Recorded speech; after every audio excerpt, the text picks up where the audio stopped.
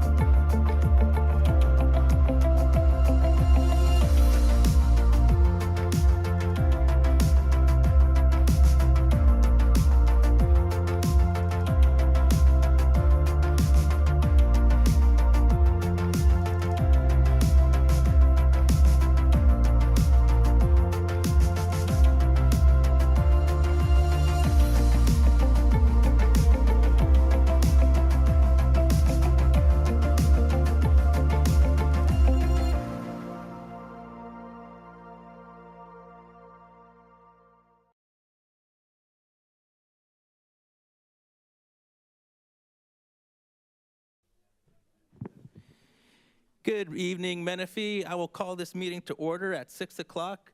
City Attorney Melching, do we have anything to report out of closed session? No, Mayor, not this evening. Thank you, City Attorney Melching. Madam Clerk, have you received any correspondence on tonight's agenda? Yes, the council received correspondence on 11.1. Thank you, Madam Clerk. Madam Clerk, can you please call the roll? Councilmember Dynas. Here. Councilmember Diedrich. Here. Councilmember Temple. Here. Mayor Pro Tem Carwin. And Mayor Estrada. Present. Next, we're on the words of inspiration. I would like to call up Bert Golding with the Menifee Church of Jesus Christ of Latter-day Saints to come to the podium to provide the words. Good evening, Mr. Golding. Good evening. Thank you, Mayor.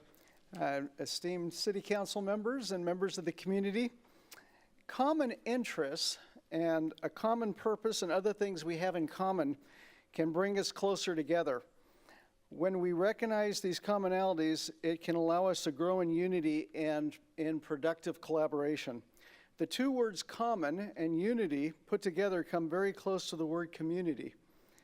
It is possible to create unity with surprising people in surprising ways. Whether you're talking with someone you know or with a stranger, you won't always agree on everything. We all come from different backgrounds, and as a result, we see things differently and hold different beliefs. But this doesn't mean it's impossible to agree or at least be amicable and respectful. By finding common ground, you can see eye to eye with someone else for a moment. It then becomes easier to see eye to eye on other topics you previously didn't agree on at all. It doesn't mean that you'll end up changing your mind or that the other person will, but you will realize there are areas of agreement, and you might walk away feeling less diametrically opposed. You'll be more able to work together toward common goals. So what is common ground? Common ground is a topic, opinion, or interest that two or more people can agree on. Even when two people disagree on something, common ground can help bring them together. Too often, whether at work or in life, we focus on our differences. It's easy to fixate on the parts of someone's argument or beliefs that we just disagree with. We don't even notice all the parts where we agree. A great example of that is right here in Menifee. It's the Menifee Interfaith and Community Service Council. Their website explains that they are made up of over 30 faith-based and other local agencies to support a community that lives in harmony, promotes values, and organizes and provides service to build the community of Menifee. I love to attend their evening of gratitude at Thanksgiving time. It is a blessing to be a part of a group that is united in expressing gratitude to God, even though the attendees have many different doctrines and beliefs. It really creates a feeling of peace and goodwill, and this group is able to accomplish a lot.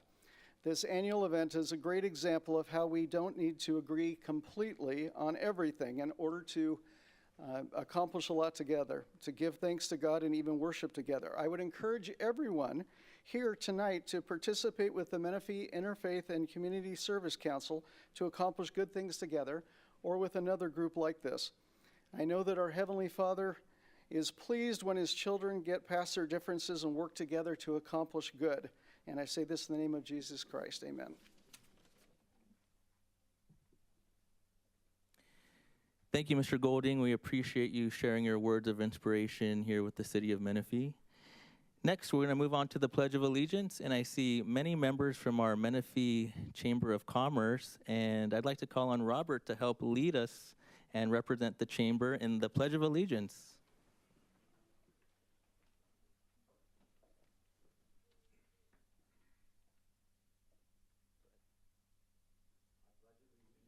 To the flag of the United States of America, and to the republic for which it stands, one nation, under God, indivisible, with liberty and justice for all.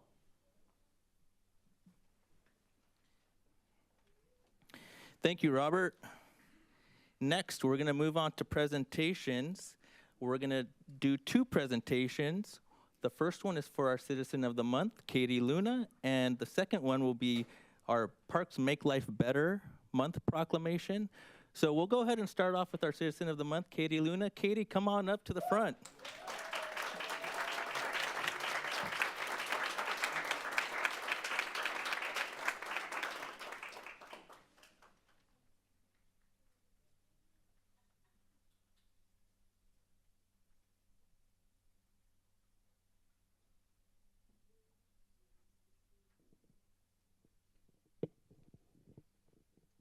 All right, good evening, everybody. Good evening, Katie. Every month, the city council member chooses a citizen of the month, and for July, I have chosen Katie Luna. She is a new Menifee resident and also our president and CEO of the Chamber of Commerce. And a couple of reasons why I chose Katie this month was, well, most importantly, she has changed and uplifted the morale of our Chamber of Commerce here in Menifee. And she has instilled and injected energy and momentum into our Chamber of Commerce. And economic development is so important to our city. So many residents share how they want more entertainment and retail and restaurants. And the future is bright with Katie at the helm and her leadership, and we're so excited that she's our new leader at the chamber. You've done a couple of things, Katie, that I've been very impressed with, and many of our residents are impressed with. You've created an ambassador program to make sure our businesses are maintained, making sure they have attention being given to them with the chamber. You've increased the chamber's participation. I think the last quarter I heard a metric that you and the team have added over 40 businesses the last quarter to the Chamber of Commerce, and that's very impressive. When we go to the chamber meetings, I see many new faces, and it's great to see our community thriving with more people participating. And what really nailed it for me is she decided to move to Menifee as our president and reinvest here in the community. And you're one of us now, Katie. So please, everyone, join me in giving her a round of applause.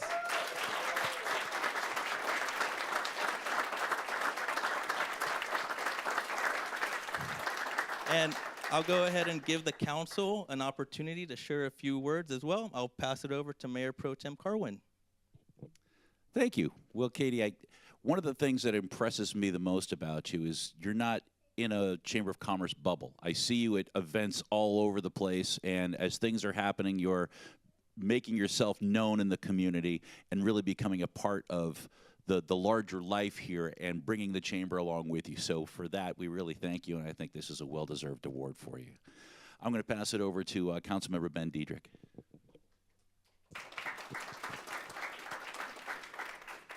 Katie, I think this was an excellent choice. Thank you, Mayor, for making this choice. I've had the honor of being the council member designated to go attend the chamber meetings, and I've seen your leadership in action there. And I just want to say how impressed I am and we are with everything that you've done so far with the chamber. I know there's still yet more to come, and we're looking forward to everything you're doing and just so grateful. Being a small business owner myself, you've brought me back into the fold with the chamber, and I'm just really, really excited for the future of what we have going here. So thank you. I love seeing you and the rest of the chamber at business openings, and I think you've done so much to brighten the economic future of our city. So thank you for doing that. Thank you for being a welcoming presence for business in our city. Thank you. Well, we know small businesses is our largest employer nationally, and they're the backbone of our city. So having the chamber come in and support them and lift them up, that's something that we as a city can't do, and only the chamber does. So thank you for your leadership and doing that for our city. So, and congratulations.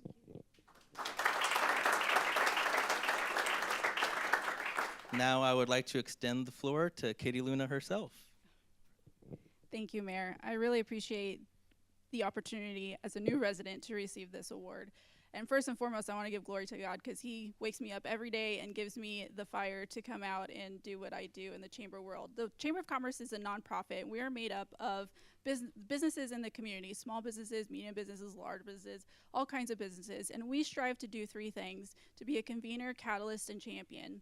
And what does that mean? Well, essentially, to be a convener, we want to bring our community together. We want to bring our businesses together with other businesses, the community together with our businesses, leadership with the community, all of us together. Because when we come together, we have better ideas and more energy to do good, right? So as a convener, that's what we do. As a catalyst, we want to be a spark that is going to change for good, right? So we want to continue to support the growth that's happening here in a positive way, and we want to be a catalyst for our businesses to be able to grow and to prosper here in Menifee. And as a champion for the city of Menifee, we want to champion our residents, all of our other nonprofits that are doing amazing work in the community, because they add to the ancillary services that we have here in Menifee and for our community to thrive. I think it was a perfect segue into talking about nonprofits with the words of inspiration. When we come together as a community, so much good can happen. I want to also thank the board that is here, the board members, ambassadors, and definitely the staff. It's a team effort, and anyone in nonprofit knows that you can't do it alone, and having a strong team really makes all the difference. And I want to thank Genesis and Damon for all that you do, and acknowledge our chairman, Jesse Sims, who is here with us, who does a lot for our organization. And lastly, I want to thank my family, my husband Javier, my daughter Serena, my son Sebastian, and Dominic. They have all served in the chamber, even from a young age. So it is a family affair at times where we need extra hands, and it's all hands on deck, and I couldn't do it without their support, and I appreciate this honor. Thank you so much.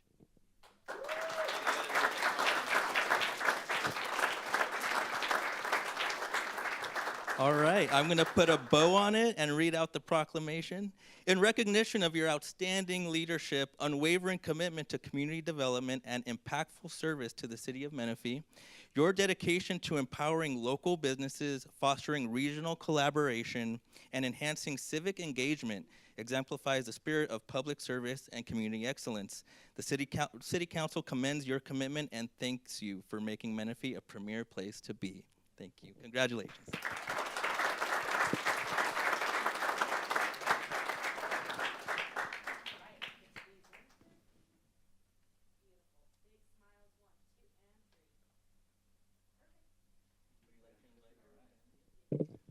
All right, family, come on up. Any family and friends, come on up. Chamber, come on up.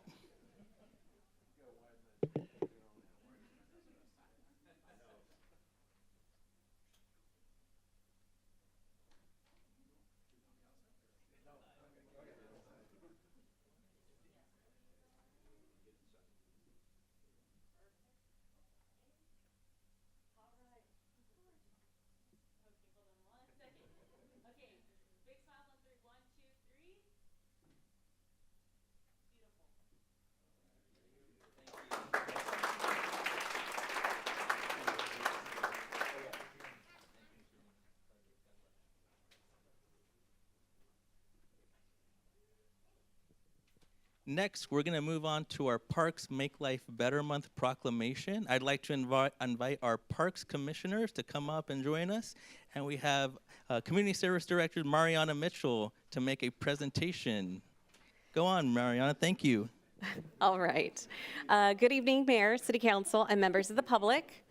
Mariana Mitchell, Community Services Director, and I'm excited to join you tonight as we recognize July as Parks Make Life Better Month. So across the state of California and the nation, communities are celebrating the essential role that parks and recreation play in enhancing our health, well-being, and overall quality of life. This initiative is proudly led by the California Park and Recreation Society, supported nationally by the National Recreation and Park Association, both of which advocate for the many ways parks connect people, promote active lifestyles, and strengthen communities. Here in Menifee, we are fortunate to have a group of dedicated staff, some of which are with us tonight, so shout out to the special events team. Thank you for being here. And fortunate to have the continued guidance and support of both City Council and our Parks, Recreation, and Trails Commission, who help bring these values to life in our city. So at this time, I'd like to turn it over to the Mayor and City Council to present the official proclamation honoring Parks Make Life Better Month and recognizing the Commission for their leadership and service. Thank you, Mrs. Mitchell. I'll share a quick few words with the commission. I want to thank all three of you personally, and all of your families for all the hard work and sacrifices and research you do and homework you do and commitment you make to our city day after day. Recently, our city has purchased around 400 acres of open space. We have our first park coming in Quail Valley. We've added sports lighting to our everyday fields to give our families more places to play at night. And the next couple years are very exciting, and I'm very excited for all of you because you get to be part of that with us and part of our city council family. So I'm very excited to work alongside of all of you, and thank you for your service. I'll go ahead and pass it on to Mayor Pro Tem to share a few words. Thanks for bringing props. The job that the Parks, Recreation, Trails Commission does in this city is amazing because parks are the lifeblood of the community. Our theme for this year for the state of the city is Menifee City of Families. Menifee City of Families are served by parks, and some of our parks are up there with the best of the best parks around. They're clean, they're beautiful, at least the ones on this side of the freeway. And I want to thank you for bringing the amenities we need and keeping us moving into the future. Great job. I'm going to pass it down to Councilman Diedrich. I just want to thank you all for everything that you do. The benefit of having a growing city is we're opening more parks day after day after day. And so you have your work cut out for you, but it's doing great things for our city. Our residents truly appreciate all that you do. So thank you. I use our city parks probably 4 times a week, and this is the perfect prop for me. And I'm often approached by friends who compliment the parks that we have in our city, friends from Temecula, Murrieta, and Paris. They always say, gosh, the parks here in Menifee are great. That's all up to you. Thank you so much for providing a place for us to be, a place where we can make friends and enjoy ourselves. Thank you so much. Well, you gave him a paddle, but you gave me a basketball, and I can't jump. So that just kind of went out the window. But I want to thank all the commissioners, even the one that aren't here tonight. The hard work, nothing gets to us without having it thoroughly vetted by our Parks Commission. So the best comes to us.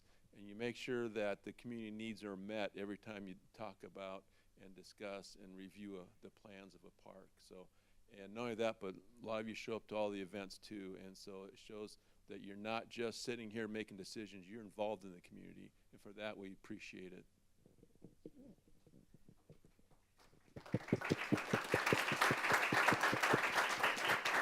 Now I would like to extend the floor to our Parks Commissioners themselves. I'll start right here to my right with Chair Faust. Thank you, Mayor. Thank you. It's wonderful that we have so many beautiful parks here in Menifee. Parks provide so many wonderful opportunities for us to just get out and get in the sun, to recreate. Kids learn how to play together. They learn sports. It doesn't cost anything to go to the park. And you can just go and relax. You can have fun. You can play one of the many sports that we've got represented here. But parks truly do make life better. I appreciate the staff of Menifee that maintains our parks so well, and that's why we have such beautiful parks, and I appreciate what they do. Thank you, Commissioner Faust. Chairman Faust. I just want to add to that, if anybody in this room wants to say that parks don't make life better, I'd like you to think about Menifee with no parks. I can assure you that you'll say the average citizen would definitely be telling you that no, parks actually did make life better. So I want to, just say thank you to all the support from our community and especially from our city staff and on the great work that they do. And it is actually probably the best part of my life after a bad day at work or stock market crash or flat tire. Heading down to the field, get some energy out, let the kids run. Always makes me feel better. So thank you all. Well, our goal is to make Menifee not just a great place to live, but a better place to live. And I want to thank all the staff and people who have made that possible and continue to contribute to making this really a premier town. So thanks again.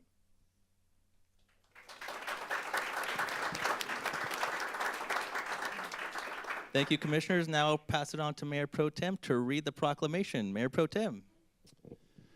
All right, so in honor of Parks Make Life Better Month, July 2025, the city issues this proclamation stating that the city of Menifee, California does hereby proclaim the month of July 2025 as Parks Make Life Better Month in the city of Menifee.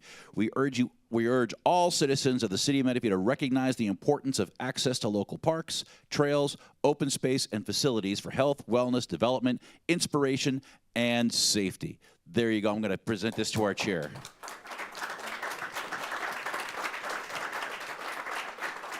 All right, let's get in tight for a photo. We're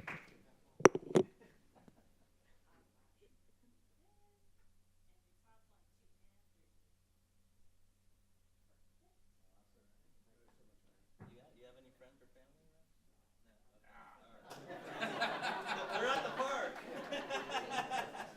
All right, thank you. All right, council. Thank you.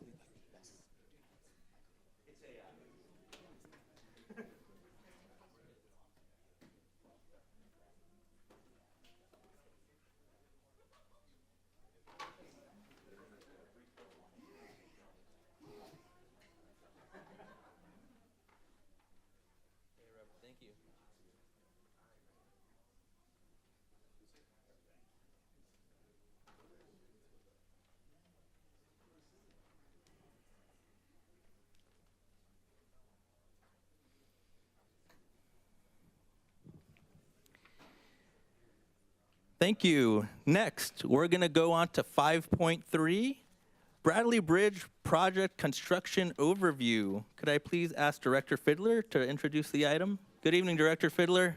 Good evening, Honorable Mayor and council members. Nick Fiddler, Public Works Director. Tonight I have the honor of introducing Andrea Suarez with Connect. She will be providing an update on the Bradley Road Bridge project. Good evening, Mrs. Suarez. Welcome. Hi, good evening. Thank you, Nick. Good evening, Mayor, City Council, City of Menifee leadership. Thank you for having us here tonight to give a presentation about the bridge project that's just about to start. Here we go. First, I want to talk about the priorities. Safety is our #1 priority. Safety for the traveling public, safety for the crews working in the construction area. Next is coordination with our stakeholders, emergency services, and other key stakeholders, ongoing coordination throughout the project, along with community outreach, and then finally, on-time completion. Talk a little bit about the project description, and if you look at the photo on the top right, you can see the need for this project. That's Bradley Road looking north. Bradley Road, as you know, is an important thoroughfare through Menifee north-south, and when it rains, it looks like this oftentimes. And this project will build a 365-foot-long bridge with 2 lanes, 1 in each direction, across the Salt Creek Wash on Bradley Road. It will also include a bike lane and sidewalks, so it's improving safety for vehicles not moving through traveling water. It's improving safety for pedestrians and cyclists. It is improving emergency services response times during bad weather. And most importantly, it's providing a reliable and safe form of transportation on Bradley Road during any weather condition. The construction I want to talk about because it's important, because if you can see on the upper right-hand corner picture, this project is in a very small project footprint. We've got structures, homes, on both ends of the project area, and then we've got a really environmentally sensitive area, the Salt Creek Wash, that we're working in. So because of these 2 constraints, the contractor is going to need to close Bradley Road, and I'm going to show you where that's going to happen.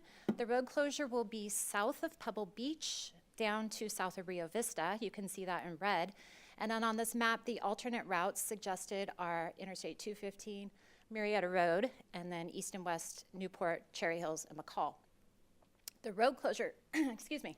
The road closure is, we got our date yesterday. We are all set to go on August 4th. So at 7 a.m. August 4th, the contractor will close the road, mobilize equipment, and start working. The road closure, you can see it's south of Pebble Beach and just south of Rio Vista. The reason that it's that length of space is because we've also got some work to do in the middle of Bradley Street with utilities, stormwater, utility relocation. We've also got curb, gutter, and sidewalk work to take care of. The timeline for the project, we're right now just about finished with pre-construction activities. And then, as I mentioned, August 4th is our go date. We are closing the road and getting started right away. The road is expected to remain closed for 12 to 14 months. And then the completion date is expected to be in fall 2026. We've done extensive community outreach for this project starting last year in Menifee Matters. We started in June in person. We hosted an emergency services and stakeholders meeting where we coordinated with emergency services, agencies like Riverside Transit Agency, Waste Management, and our commitment to them is to make sure that they're informed, understand the impacts, and continue to be informed for the duration of the project. We've also worked very closely with the city's communication team to put together a web page on the website, to work on social media. We've got a social media strategy with posts, just ready to hit send on those. And then we are also working together to communicate with the local media. We launched and completed a direct mail campaign to 7,200 homes and businesses within the project area. And that was followed up by grassroots door-to-door outreach. And we met with all the folks that backed up to the project area on Potomac, most of them, and backed up on Rio Vista. So 33 homes, and then the businesses south of Rio Vista, so 54 businesses between the project and Newport Road. We also hosted a community meeting at the Sun City Civic Association on June 10th, and we're going to be back there on the 22nd to give a presentation much like this and provide an opportunity for residents to ask questions of the team and to get their concerns and questions addressed. We are hosting a pop-up event in the Cherry Hills Shopping Plaza. And then finally, and she left, congratulations to Katie, I had the opportunity to coordinate with the city's economic development team and with Katie at the Chamber of Commerce to talk about the impacts to businesses and to collaborate and coordinate outreach to the businesses and to the community, letting folks know that these businesses are open during construction and to reinforce the message of shop local in Menifee.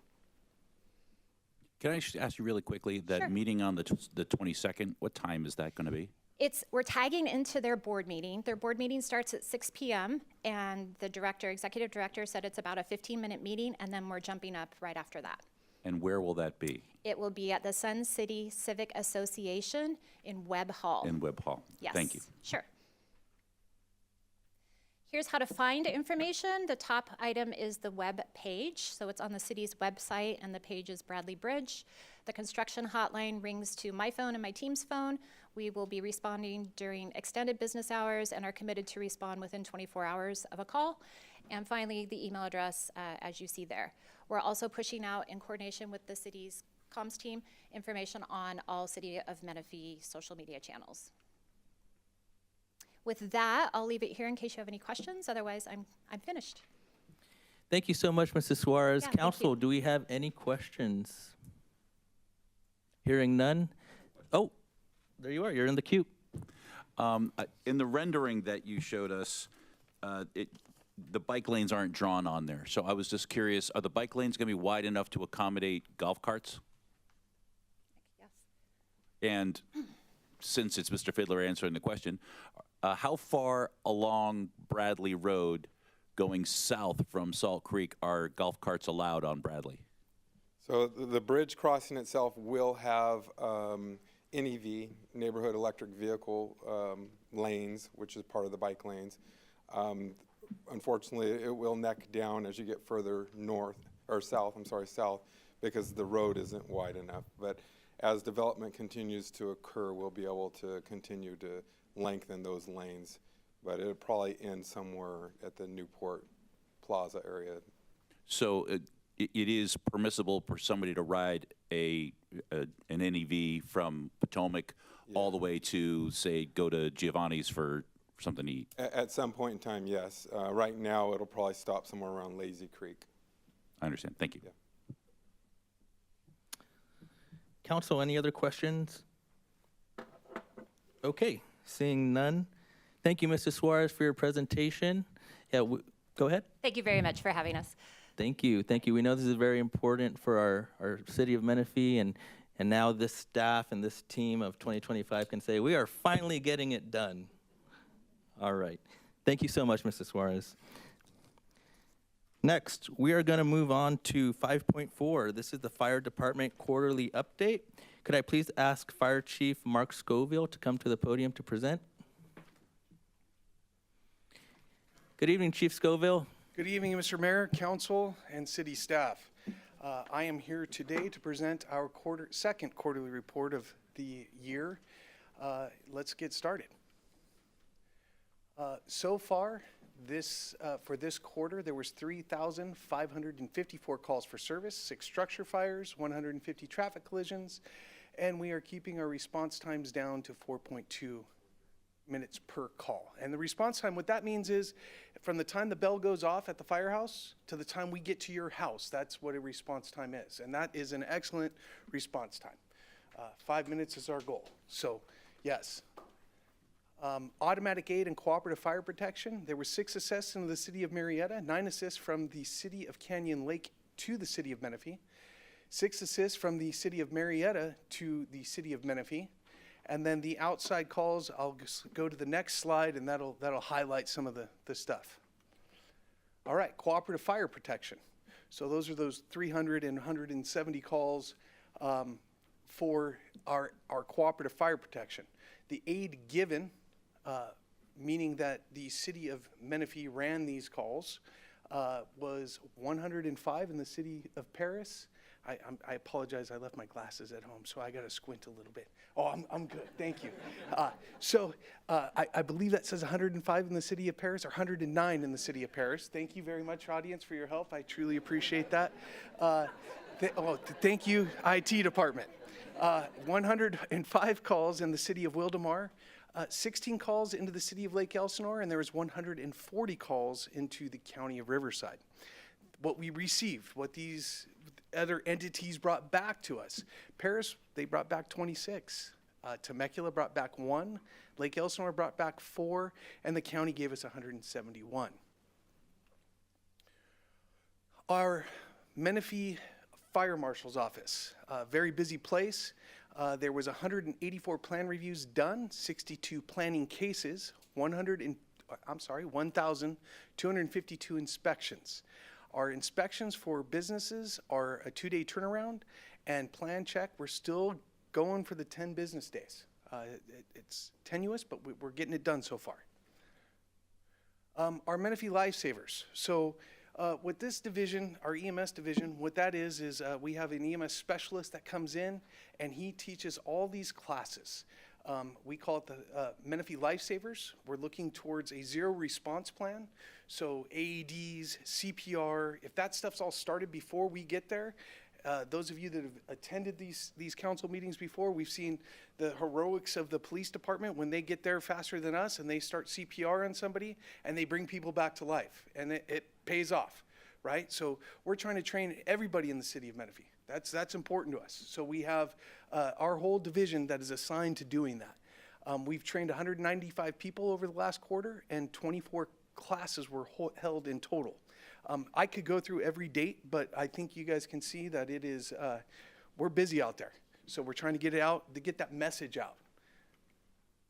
Special events, numerous, right? That's what we do as a fire department. We come out and we support the community for these events. Those events can be emailed to me. I can try and get fire engines out there. We don't do birthday parties like COVID anymore. We had to shut that down. But these main events that we can go to help you guys see your fire department at work, that's what we'd like to do. All right, our safety message. I actually printed up 50 of these in the back for everybody here to take when they leave tonight. This is an important message with grilling, because I don't know about you guys, but I know I grill a lot. And then when I go on fire assignments, my wife grills a lot and doesn't clean the barbecue. So when I come home and I light the barbecue off, the fire starts. And so I don't want anybody to run into those problems. It's an interesting fact, 7,900 fires in the state of California are caused by barbecues. It is 33% of those run into structures. And if you're cooking under your awning or anything else like that, it's all flammable things. So I have this entire thing in the back for all of you to take when you leave tonight, so you can go over and be safer barbecuers. I think it's important. With that, that ends my presentation tonight. If there's any questions from council, I'd love to see them. Thank you, Chief Scoville. We appreciate your presentation. Council, do we have any questions for the chief? Hearing none, Thank you, Chief. We appreciate all the hard work you do, and we hope you have a pleasant evening. Thank you guys very much. We appreciate the support. Next, 5.5, Community Services Monthly Update. I would like to re-invite Director Mitchell up to the podium. I'm back. Mariana Mitchell, Community Services Director, and going to provide a brief update on what we have coming up in the next month. As we recognized earlier in today's presentation, July is Parks Make Life Better Month, and I want to give a special thanks to our communications team, who's been working really closely with our community services staff to kind of highlight the various ways that Menifee, in Menifee, Parks Make Life Better. And so if you haven't followed yet, we encourage you to go onto our city's social media page, specifically the community services page, where you'll see a number of fun and entertaining reels, trying some of the newest trends, and promoting parks in Menifee and our services as well. So again, social media, special thanks to our communications team, who do a fantastic job of keeping us up to date and relevant while we celebrate our parks in Menifee. So before I move on, I do have a brief video just highlighting some of the things that we've accomplished over the last fiscal year, considering now it's July, new fiscal year, and we're going to get started with that. When the smoke clears. Hi, I'm Aisha. I'm Community Service Coordinator.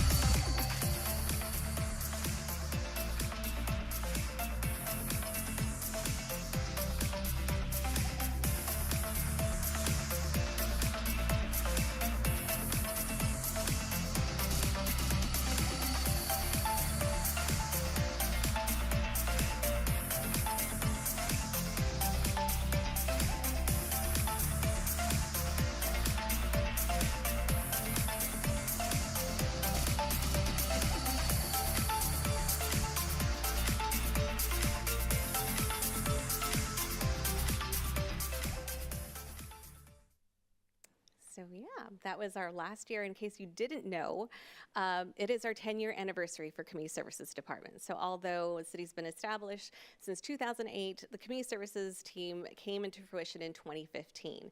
And so we want to take a moment to recognize a few of our staff members that have been with us since the very beginning. And so we have 4 staff members in Community Services. 2 of them started part-time, worked their way into full-time, and then 2 of our full-time team that are still here. So special shout out to our 10-year anniversary employees. So it's Michael Reinhardt, who's currently our Community Services Coordinator, who oversees special events. Aisha Wilson, who is our Community Services Coordinator, who oversees the Senior Center, Queso Senior Center, Cultural Arts, and Veteran Services. Nick Saucedo, who's part of our Parks Maintenance team, and Bryce Howell, who is our Parks and Landscape Maintenance Manager. So they've been with us since the very beginning, and we're glad to be able to continue have them be a part of our team and make amazing things happen. So didn't want to embarrass them too much. So moving on to the actual update. So 10 years is behind us. We've got a lot more in front of us. We have the rest of our regular programming happening at the Queso Senior Center. A couple things happening this summer with bingo on July 17th and our summer Luau Ice Cream Social on July 23rd. We want to encourage any of our residents who have a athlete who's looking to get involved in some of our programs to enroll into our City of Menifee Flag Football League. Registration is going through July 19th, and the games are scheduled to start in the fall in August. It's a relatively great deal. We get to associate yourself with some of the NFL teams and leagues out here, and we encourage anybody who's interested to please sign up. Space is limited. And then moving on to our special events, we are kind of rounding out the last of our summer events this Friday on July 18th. It's going to be our last Menifee Moonlight Market for this summer, where we're going to be highlighting Cheese Whiz Band, which is an 80s greatest hits band. We encourage people to come on out, very entertaining. Feel free to dress up if you like. But we're also going to take the opportunity to utilize this event to highlight and appreciate our volunteers and sponsors. So we have a number of volunteers that help us do what we do, ranging from our volunteer coaches to our volunteers who help serve our senior nutrition program, and then a number of sponsors who help either in kind or monetarily to make a lot of these things happen when we need the assistance. So encourage everybody to come on out on July 18th at 7 o'clock at Centennial Park. And last but not least, we have Shakespeare in Sun City. So we once again will be bringing Shakespeare to Sun City on Friday, July 25th from 7 p.m. to 7 p.m. And the play, I believe, is going to be Romeo and Juliet, and this is in partnership with the I believe it's Full Circle Players, and also our Arts Council, we're gonna have a number of vendors out and available for our residents to participate with. And then last but not least, in August, we have National Night Out in partnership with our Menifee Police Department. So August 5th at Banner Village Park, we're going to be hosting National Night Out, and also coupling that with a movie in the park. So Movie at Dusk will be showing Dogman. So come on out, engage with our Menifee Police Department, a number of activities for youth, a number of resources, and it's going to be a positive experience for all of our residents. So that concludes my report. If there's any questions, I'm available to answer. Thank you, Director Mitchell. We appreciate that presentation. Council, any questions or comments? Hearing none. Thank you, Director Mitchell, and thank you to the whole department. Thank you to our Parks Commission. You guys all truly exemplify how you make Parks life better. Next, we're going to move on to agenda approval or modifications. Madam Clerk, are there any modifications to tonight's agenda? There are none. Can I ask the City Council for all in favor to approve the agenda? Aye. Aye. Any opposed? Hearing none, the agenda is approved. Next, we're on Part 7, public comments on non-agendized items. Madam Clerk, are there any public comments to speak on non-agendized items? Yes, we do. Okay. Seeing that there is, I'll go ahead and read this public statement. This is the time for the members of the public to address the council about items which are not listed on the agenda. The Ralph M. Brown Act limits the council's ability to respond to comments on non-agendized matters at the time such comments are made. Each speaker will be limited to 3 minutes on any single item. Madam Clerk, can you please call the first speaker? Bob Furman, followed by Eileen Landon.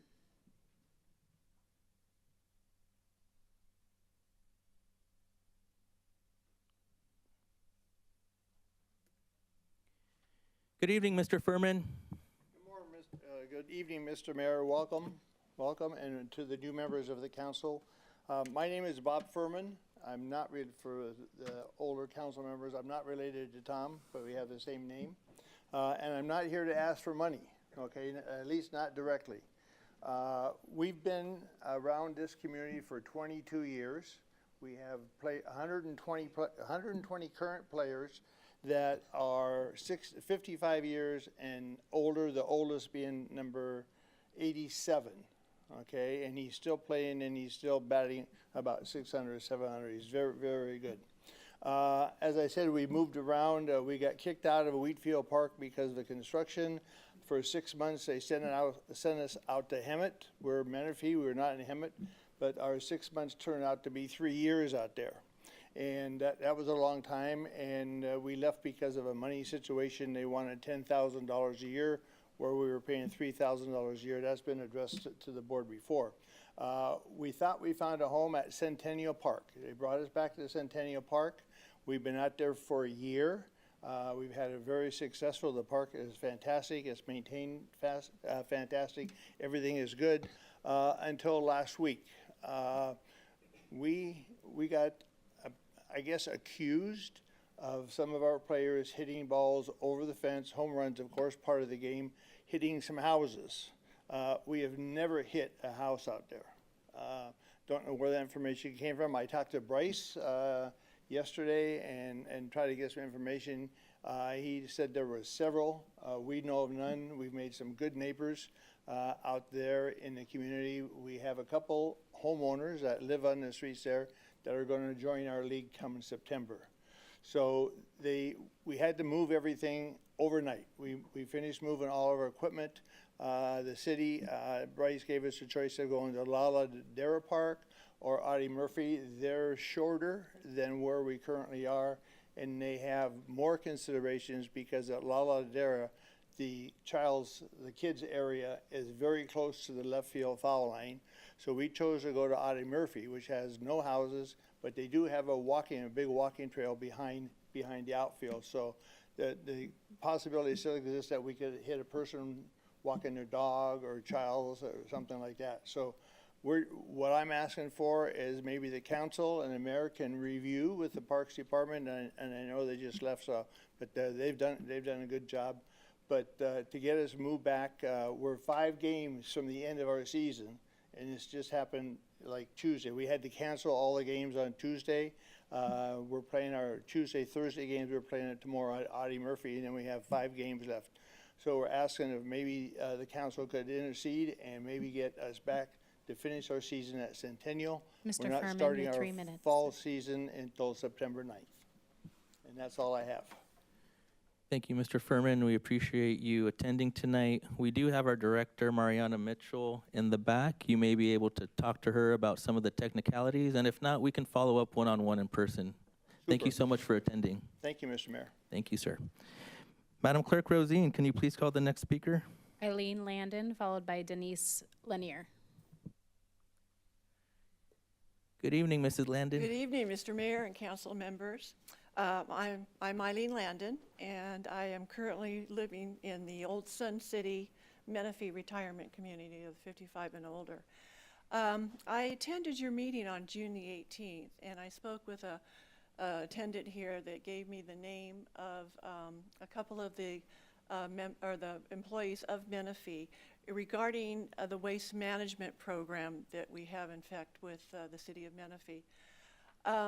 I represent basically the manufactured and the mobile home parks, and there's 4 of them here in the Old Sun City Menifee neighborhoods.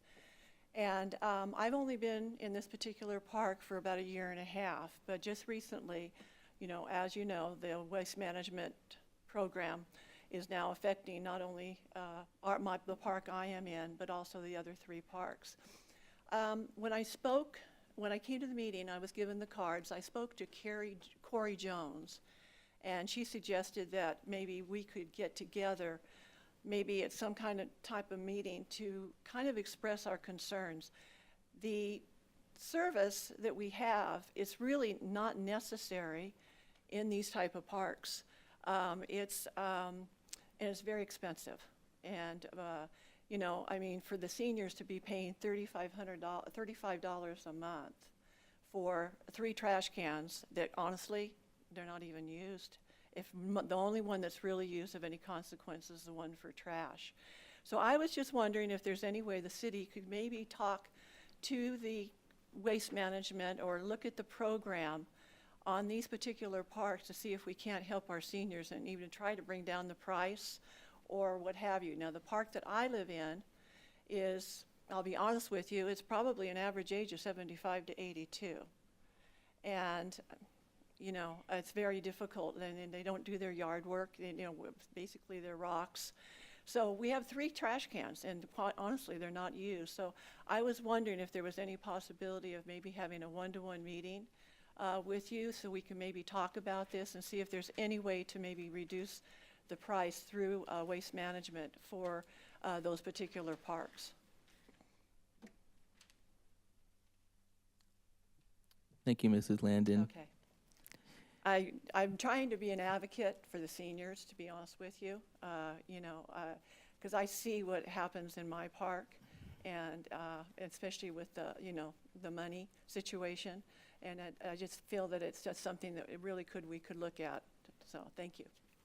Thank you for your time and for coming to City Hall to share your concerns. It sounds like you're off to a good starting point with Corey Jones, and we can follow up with you as well. Thank you for attending. Madam Clerk, can you please call the next speaker?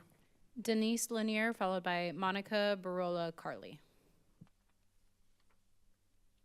Welcome, Ms. Lanier. Good evening, Mayor, council members, city staff, and viewing audience. I'm Denise Lanier, a volunteer for Thrifting for Gifting. Thrifting for Gifting, you may ask? After serving our local communities for over 36 years, Assistance League of Temecula Valley gave ourselves a new name and a new look. As of June 1st, 2025, the Assistance League of Temecula Valley is now called Thrifting for Gifting. And this is our, I apologize to not have something for on the screen, but this is our new logo. And we have new aprons, and our teddy bears have a new t-shirt with our logo. We decided we needed to refresh our thrift shop look along with our philanthropic program names to better reflect exactly what we do as a nonprofit, 100% volunteer organization. You can still count on our friendly volunteers to assist you as you donate, as well as bargain shop in our newly refreshed thrift shop. Your donations and shopping will continue to help fund the 6 philanthropic programs we have been supporting throughout the past 36 years. There are some new program names, but the services remain the same. Our programs include School Zone, and you may know that as Operation School Bell. Stepping Up for Tots was also called SOS. Then we have our Operation Scholarships, Foster and Homeless Youth Support, Bear Hug, and nonprofit partnerships. We have removed the name or the word operation on all of those. And then we have a teen program that came up with their new name, Volunteens. We are looking forward to continuing to see you at our donation door and shopping in our spruced up thrift shop, which in turn continues to help our local families and students thrive. If you don't know where we are already, we're at 28720 Via Montezuma in Temecula. Come check us out or check our website, thrifting4gifting.org. As you are thrifting, we are gifting, with all the proceeds continuing to go to the programs, the communities we serve. As always, thank you for your past support as we look forward to continuing to work together with you in the future. Thank you. Thank you, Mrs. Lanier. We appreciate you coming to City Hall and sharing that with us. Madam Clerk, can you please call the next speaker? Monica Barola Carly, followed by Jesse Sims. Good evening, Mrs. Carly. Good evening, Mayor and Council City members. I wear many hats, but tonight I'm here for live jam events, and if you don't know who that is, what we do, what goes on there, I'm going to tell you. So here we go. Here's a little ditty to update you on live jam events. It started with a vision, a partnership so grand, Angel and Me Incorporated lending a hand to live jam events and independent creation, serving Menifee with fun and elation. They're hosting the parties, the ones you should know, helping our city's social fabric to grow. On the second and fourth Friday, when the work week is done, come out for live jam and jazz house and have some real fun. We're talking live music that gets in your soul, a delicious hot dinner that makes you feel whole, with artists who paint and vendors who sell. Every event has a new tale to tell. These aren't just parties, they're threads in the weave of Menifee's infrastructure for all to believe, fostering connections, a vibrant, strong tie, boosting our community, reaching for the sky. They cut through the isolation, bring smiles to each face, building well-being, enhancing our place. Local talents shine bright, small businesses gleam, fueling our economy, a dynamic shared dream. And for tourism, we're putting our stamp beyond the usual lighting a lamp while families flourish and vineyards draw near. Live jam events makes our unique spirit clear. Drawing in visitors for experiences bold, authentic entertainment, stories untold, feasting on flavors and art on display. Come discover Menifee, come brighten your day. So, search on your social media. It's easy to find live jam events and jazz house for a good time. Pull out your camera, get ready to scan. The QR code has the first schedule and plan. So we have some flyers and QR codes on the back table for all of you. Please take some of those. We are Live Jam and Jazz House, and we are an independent entertainment company. And we love music, we love art. Whether you are an artist or an artisan or a vendor, or you want to be a volunteer, we would love to have you be a part of us. We are located over at the Spiritual Center of Menifee Valley, and that is our venue. We have a great time together, and we have everything from reggae to rock and roll. Every second Friday, we have jazz. So please come out, and I'd like to thank the council for supporting us in the things that we're doing and our community. So thank you very much for letting me have this time to speak. And like always, all it takes is music, art, and a dream. Thank you, Mrs. Carly. We appreciate you coming to City Hall and sharing that. Madam Clerk Rosine, can you please call the next speaker? Jesse Sims, followed by John Guzman.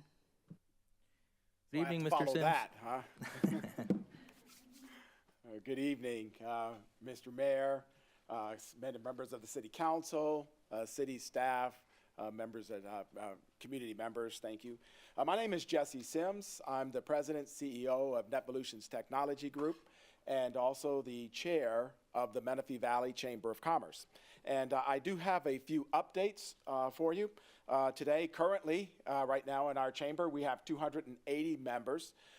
10 of those joined in the month of June, and 51 so far for the year of 2025. Our nominating committee has convened. We are taking nominations now for the board positions that will be open for 2026. We're convening now, and our elections will be taking place in the fall time. The August 28th is Menifee night at the Storm Stadium. We would like to invite the members of the City Council, city staff, and of course, members at large to join us for Menifee night at the Storm Stadium this August 28th. And let's see, and then the chamber completed its sustainability report as part of the MOU. And so thank you very much for your support. We really appreciate all that the city is doing for us and with us. We really are excited about standing in unity with you and helping our city to grow, to prosper. We're excited about the number of businesses that are coming in. And one last thing, a shameless plug, and that is Netvolutions Technology Group, in conjunction with the Chamber, is holding a lunch and learn. This August the 14th, we'll be focusing for businesses on cybersecurity, and we're running that through the chamber. So for the event times, it's 11:30 to 1. For signing up for registration, then that you can visit the city's, the chamber's website and get all the details for it. But again, thank you very much to the chamber, and for all of that you guys are doing to help our chamber move forward. Thank you. Thank you, Mr. Sims. We appreciate all your hard work and the team's work at the chamber. Madam Clerk, can you please call the next speaker? John Guzman.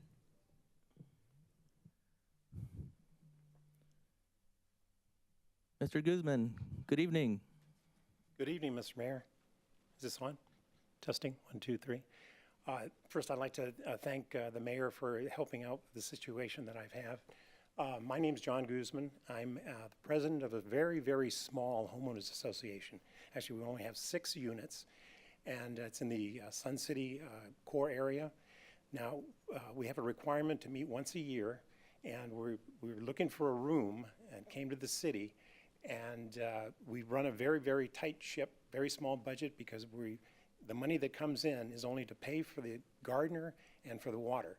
And if there are issues in the neighborhood or whatever, then we'll find out about it and go to the right places. We've actually gotten the police involved in several issues that have happened out there, the homeless and such things. But we don't have a lot of money, and I came to the city hoping to get a room for 2 hours. That's all we need.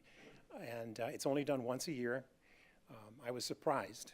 When we got here, we were told that we needed a $1 million liability policy. And then it kind of surprised me because, like all of you that live in the city, we pay taxes. We expect to that the facilities are really the citizens' facilities. It's all the buildings, we pay for it, all of us. And instead, we found out that our insurance company will cover liability, but it's I think it's $320, $320 for that 2-hour meeting. And then we had to pay $25 an hour or $50 in addition for the room itself. So we were a little surprised, and I started. Thank you, Mayor. I started, of course, at the top, and I said, "Is there anything that can be done? Because we're not a huge corporation. We don't have a lot of money, and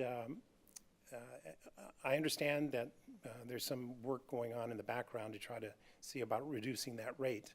That's our rate, our insurance company. So I just wanted to bring this up before the council and the public. The city should really be concerned with the citizens. We're growing. This is a great, great city, prosperous, and we should all, jump in and help. But also it's the city, the citizens that need the support from the city. So the city should not be thinking too narrowly, and just think about liability for themselves. We can have a waiver maybe for a very small group. We'll waive, our rights to any legal action. But, and I guess that probably, that's where we are right now, but just for your consideration. And thank you for your time. Thank you, Mr. Guzman. And I know we were in communication, and if you would like the opportunity to meet Director Mitchell face-to-face, she is in the back right there, and I look forward to being in communication with you going forward. Okay. Madam Clerk, can you please call the next speaker? No other speakers, Mayor. No other speakers? Okay, thank you, Madam Clerk Rosine. Next, we're on to Section 8, Council Member Updates and Comments. This is the time for the City Council to provide any updates or comments on meetings and events they have attended. I'll go ahead and start to my right. Councilman Diedrich, will you please lead us off? Thank you, Mayor. Yeah, since the last meeting, on June 21st, I attended the Menifee Motor Madness. That was quite a fun event in Sun City, seeing, I think it was 200 plus classic cars, so that was a fun event. Then right after that, on June 24th through the 25th, I went up to Sacramento with a group, a coalition from Southwest Riverside County leaders to go meet with the governor's office and some legislators to seek some infrastructure relief for us going forward down here. Got some good news, some promising news, and hoping for some things to come out of that. Then on June 26th, as the delegate to the Menifee Chamber of Commerce, I attended the chamber board meeting, and finally on June 28th, attended the Menifee Independence Celebration. Got to participate in the parade and watch the fireworks, and it was a great day, I think, enjoyed by all. That's it for me. Thank you, Councilman Diedrich. Councilman Temple. I had very little this month. Towards the end of June, I spent some time with my 90-year-old parents. My mom was hospitalized in Montana, so I was up there. On July 11th, I did attend the Live Jams event, which was spoken of this evening, and had some jury duty for a couple of days. So that's it. That's my report. Thank you, Councilman Temple. Next, Councilman Dynas. Thank you, Mayor. On June 25th, I attended the RTA's Southwest T-Now meeting. And on the 26th, I attended the RTA Board Directors meeting, along with the rest of the council. On the 28th, I attended the Independent Day celebration. On July 8th, I attended the Finance Committee meeting along with the mayor. On the 12th, the Mayor Pro Tem and I had the privilege of attending the Rancho Family Medical Group's new medical building grand opening. If those that know, that's now at what was supposed to be the Smart and Final. It was well attended. It's pretty amazing. They have 28 exams room, x-rays right there at the same building, physical therapy. So it's bringing a lot of medical care that our residents need into to the city of Menifee. So that's pretty, it's nice for the city and very much of a benefit. And then today, right before our council meeting, attended the promotion ceremony at the police department. And that's all I have. Thank you, Councilman Dynas. Mayor Pro Tem Carwin. Thank you, Mayor. I attended a couple of Rotary meetings, including one to welcome the new Rotary president, Stacy Hartfield, former Citizen of the Year. I believe, the reigning Citizen of the Year, if I'm not mistaken. I was also at the Motor Madness event where the Sun City Cruisers asked me to give out the District 1 Best in Show award that I awarded to the 1940 Cadillac that was restored to showroom quality. Gorgeous vehicle out there, a lot of work. I attended the Tumph Central Committee meeting. I was at a Chamber of Commerce mixer over at BJ's. That was a good time, Mayor. I believe I saw you there with that. I also was at the Rancho Family Medical Group ribbon cutting. I stopped by our family camp out at Lazy Creek Park to welcome some of the people there. Great event. Food, games, camping. It was a good time. I participated in an economic development stakeholder discussion. And let's see, a State of the City planning meeting, the ad hoc committee for that. I was there for that. And then right before here, the PD promotion and the MAD award to Officer Sadler for his work in curbing DUIs here in the city of Menifee. In 2024, I believe they said he had 25 DUI arrests. So he's doing a fantastic job keeping our streets safe out there. And then I want to give one update that I'm very excited about. Across the street from Black Bear Diner is an abandoned gas station which was purchased by Burger King that's going to be a Burger King. As a good partner with the city, they have taken down those two giant poles that have been vacant up there for I don't know how many years, since the old gas station was removed out of there. So it's been, what, 8 years or something like that. Finally, those are gone. So the gateway into our city off of McCall will no longer be a vacant signpost, and we're ready to move into the future. So it's only taken 5.5 years of litigation, but we finally got those taken care of. And I want to thank the fine folks at Burger King for being a good partner to the community and getting that done without us having to sue them over it. And that's all I got. Thank you, Mayor Pro Tem Carwin. I'll be quick. I attended the Romoland School Resource Fair. I attended the Independence Day celebration. Great turnout, especially compared to last year. We had a lot of enthusiasm celebrating America's birthday. I attended the finance meeting with Councilman Dinas. I attended the chamber event at BJ's with Mayor Pro Tem Carwin. As you can see, this council really supports our businesses and the chamber here. And just before this city council meeting, I attended the PD promotion ceremony for Mrs. Reynolds and Mr. Wiggins. And just as we support our chamber here, we support our police department. Those are all my updates. Next, we're going to move on to the approval of minutes. There's one set of minutes for the council's consideration. Does the council have any modifications? Hearing none, can I ask the city council for all in favor of approving the June 18th meeting minutes? Aye? Aye. Aye. Any opposed? Hearing none, the meeting minutes are approved. Next, we're on the consent calendar. All matters on the consent calendar are to be approved in one motion unless a council member requests a separate action on a specific item on the consent calendar. If an item is removed from the consent calendar, it will be discussed individually and acted upon separately. Unless otherwise directed by a member of the city council, the vote on ordinance adoptions will reflect the prior action of each council member when the ordinance was introduced. However, if the council member is not present at the city council meeting, their vote will be reflected as absent. Madam Clerk, are there any requests to speak on consent calendar items? There are none. Okay. Are there any items the council wishes to pull for further discussion? I would like to pull 10.5, the strategic plan update. Hearing no other consent calendar items to be pulled, can I get a motion and a second to approve the balance of the calendar? I'll motion to approve the balance. Oh, you beat me, Councilman Dinas? All right, I'll second it.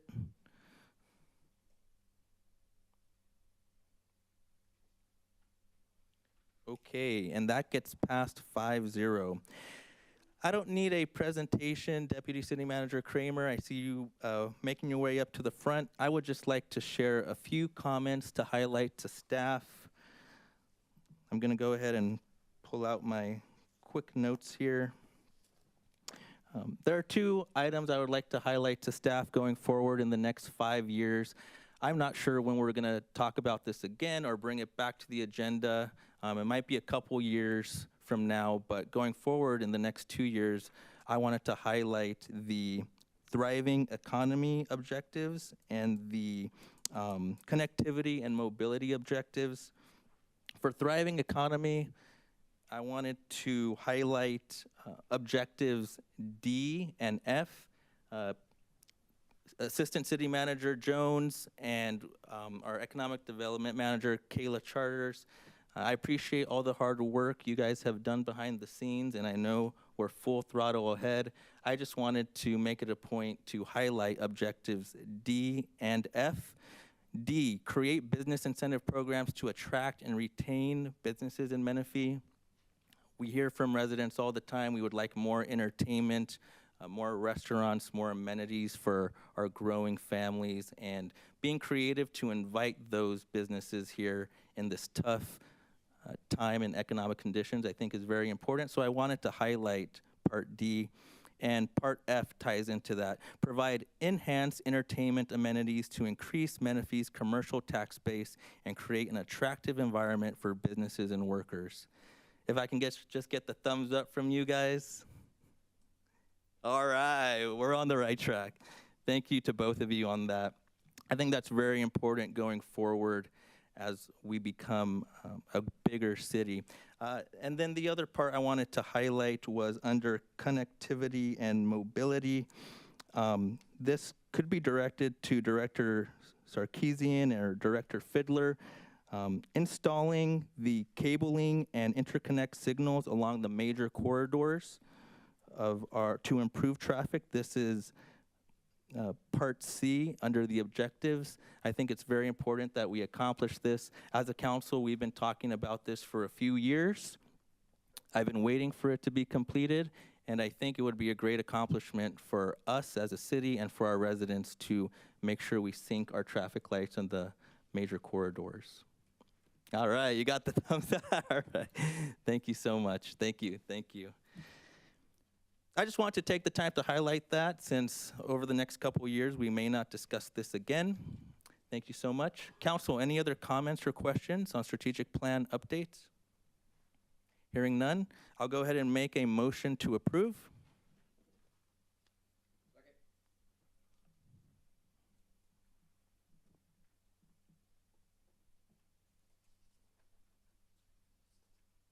That passes 5-0.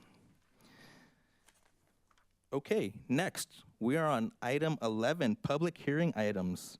This is the appeal of the Planning Commission decision of the Northern Gateway Logistics Center Warehouse Project. Could I please have Director Hernandez introduce the item? Good evening, Director. Good evening, Honorable Mayor, members of the Council, Orlando Hernandez, Community Development Director. I would like to introduce Project Planner Brandon Cleary that will be doing the presentation today. Also want to inform the Council that we do have our environmental consultant available as well if there are specific questions regarding CEQA. So thank you. Good evening, Mr. Cleary. Good evening, Mayor and Council members. IT, can I have the other presentation up, please?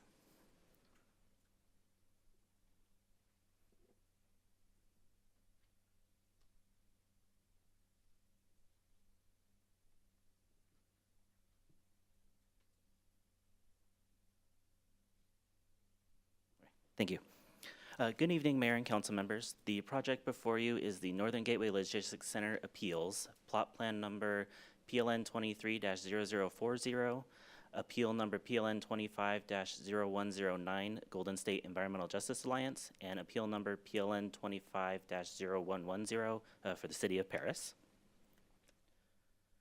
The project location is south of Ethenac Road, north of McLaughlin Road, and then between Evans Road and Barnett Road. The project site has a general plan and zoning designation of Economic Development Corridor, Northern Gateway. The project proposes 2 speculative warehouse buildings. The building number 1 on the north side will be approximately 105,000 square feet and will take access from Evans Road. Additionally, building number 2 on the south side will be approximately 293,000 square feet and will have access from Barnett Road and Evans Road. Passenger or pedestrian vehicles will be utilizing the blue arrows for access, and then trucks will be only using the orange ones. Truck and car access will total use the orange arrows for access. Building number 1 also includes 15 dock-high doors and trailer stalls, along with 108 parking spaces. Building number 2 will have 37 dock-high doors with an additional 41 trailer stalls and 244 parking spaces. On the outside, the edges of the truck courts, there will be an 11-foot high wall to help screen the truck courts from public view. Additionally, the buildings were situated so that the truck corridors are facing each other on the interior of the project site. For infrastructure improvements, the project will be building up to full half width of Evans Road and Barnett Road, and then they will pave to an interim condition Evans Road up to Ethan Ack Road, and they will be constructing a 2-lane westbound driveway / corridor on the southern end of the project site. There's a total of approximately 106,000 square feet of landscaping, which is about 13% of the overall project site. The project is designed to operate as 2 independent buildings. There will also be trees along the perimeter, which also include increased box sizes for trees, 24-inch box trees along the southern perimeter, and additional 36-inch box trees at the project entries. For the architecture of both buildings, they are consistent with the City of Menifee design guidelines and the industrial good neighbor policies, along with incorporating various materials and breaking up long expanses of walls with offsets in the facade. The offices along the corners of the building also incorporate more windows and glazing to help make them stand out as corner prominent pieces. Building number 2 is consistent with building number 1 being the larger building. It also incorporates the various materials and wall offsets to break up the facade. For screening, as I mentioned earlier, there will be 11-foot tall walls surrounding the truck corridors, screening it from public view. In addition, there will be landscape berms and perimeter trees around the entire project. Due to the inclusion of the southerly truck corridor, there will be a 56-foot setback in addition to, or beyond the project's property line along the southern perimeter, further pushing the project as north as possible away from the residences to the south. And the entire project does conform to our industrial good neighbor policies. An environmental impact report was prepared with all the required reports listed on the screen. The EIR noted mitigation measures for biology, geology and soils, greenhouse gas, hazards and hazardous materials, hydrology, and water quality. And while these are the recommended mitigation measures that the project will be implementing, they bring the project's impacts down to a less than significant level. Therefore, a statement of overriding considerations is not required for this project. During the draft EIR public review period, the city received and responded to the listed agencies, organizations, and individuals shown on the screen. In addition, for the May 14th Planning Commission hearing, the city received additional comment letters from the ones on the screen. We reviewed and responded to those as well. However, after the project approval, the city did receive 2 appeals.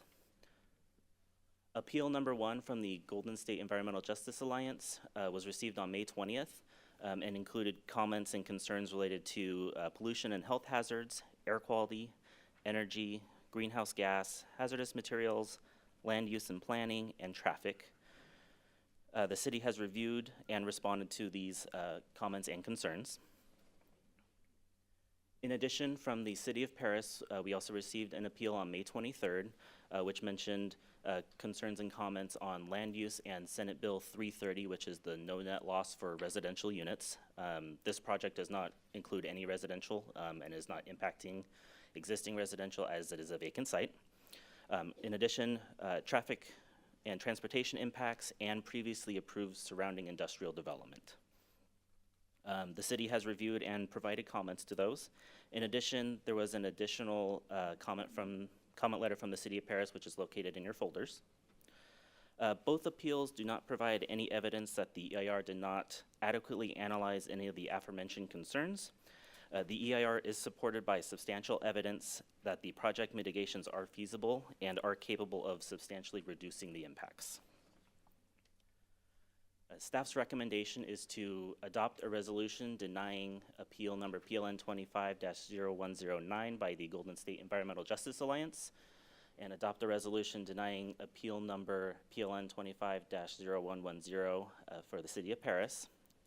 Adopt a resolution to certify the environmental impact report for this project, and adopt the mitigation monitoring and reporting program, and direct staff to file a notice of determination, along with adopting a resolution approving plot plan number PLN 23-0040 for this project. This concludes staff's presentation. We are available for questions, and the applicant also has a presentation when the time is right. Thank you. Thank you, Associate Planner Cleary. We appreciate that presentation. Now I will pass it over to my colleagues on the council. Council, do we have any questions for staff? And this hearing may take a few minutes, so I want to focus on questions only. Do we have any questions at this time? Mayor Pro Tem. Is this project subject to AB 98, or does it precede that with our good neighbor policy only? This project was submitted before AB 98 went into effect, but if IT can pull up the staff's presentation and go to the last slide, I did prepare a slide on it. It is beyond the distance requirements for AB 98, so it still also complies with it, being that the closest dock doors are approximately 800 feet from the nearest residential. Okay, so even though it doesn't have to, it does comply with it? Correct. All right, that's all I need to know. Thanks.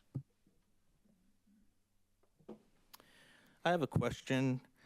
I was reading through the report, and I was wondering why this project did not have to contribute fair shares to the horrible Ethonac and Barnett intersection right at the corner. What is the rationale for that?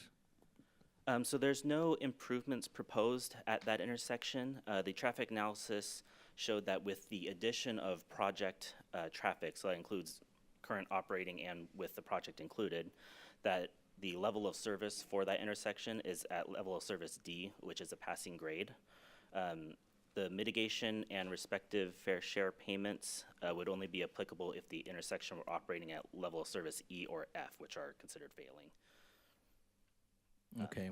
Yes. So do we not anticipate traffic right at that adjacent intersection being impacted by such a large project?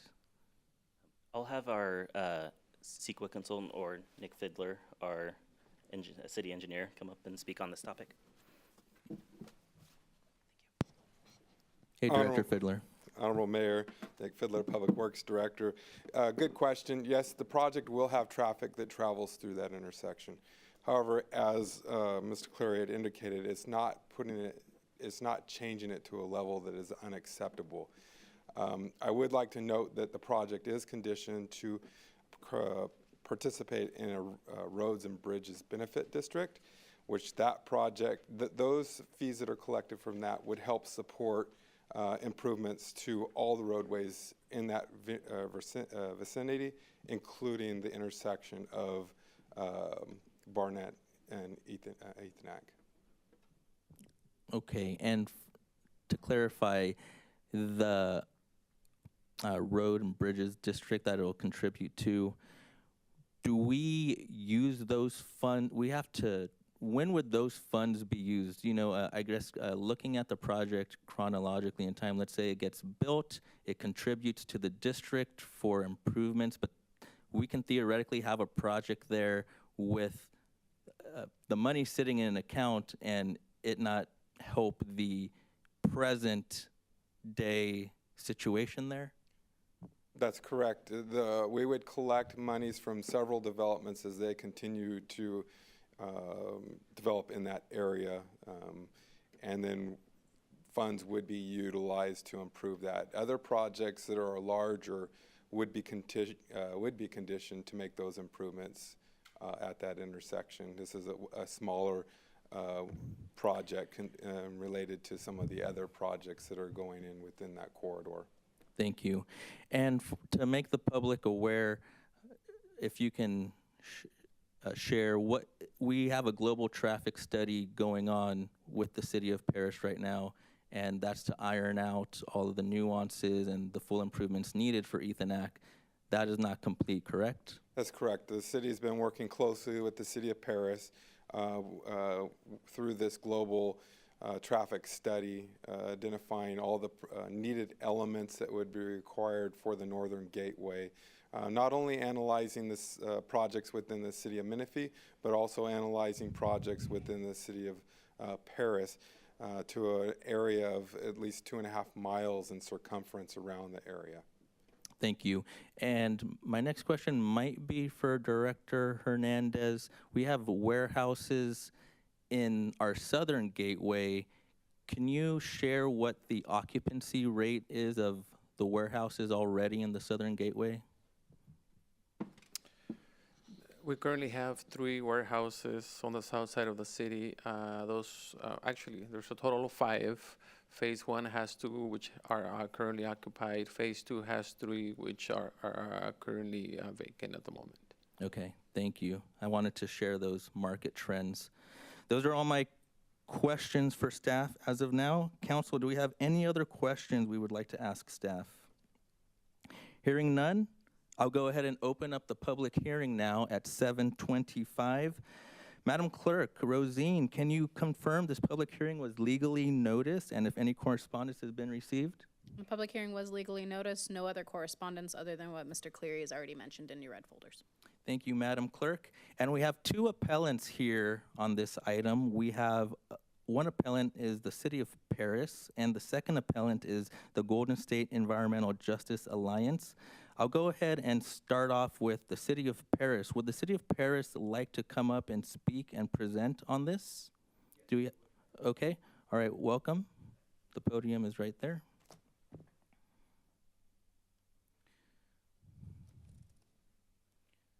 Will you please share your name, introduce yourself, sir? Yes, thank you, Honorable Mayor, members of the City Council.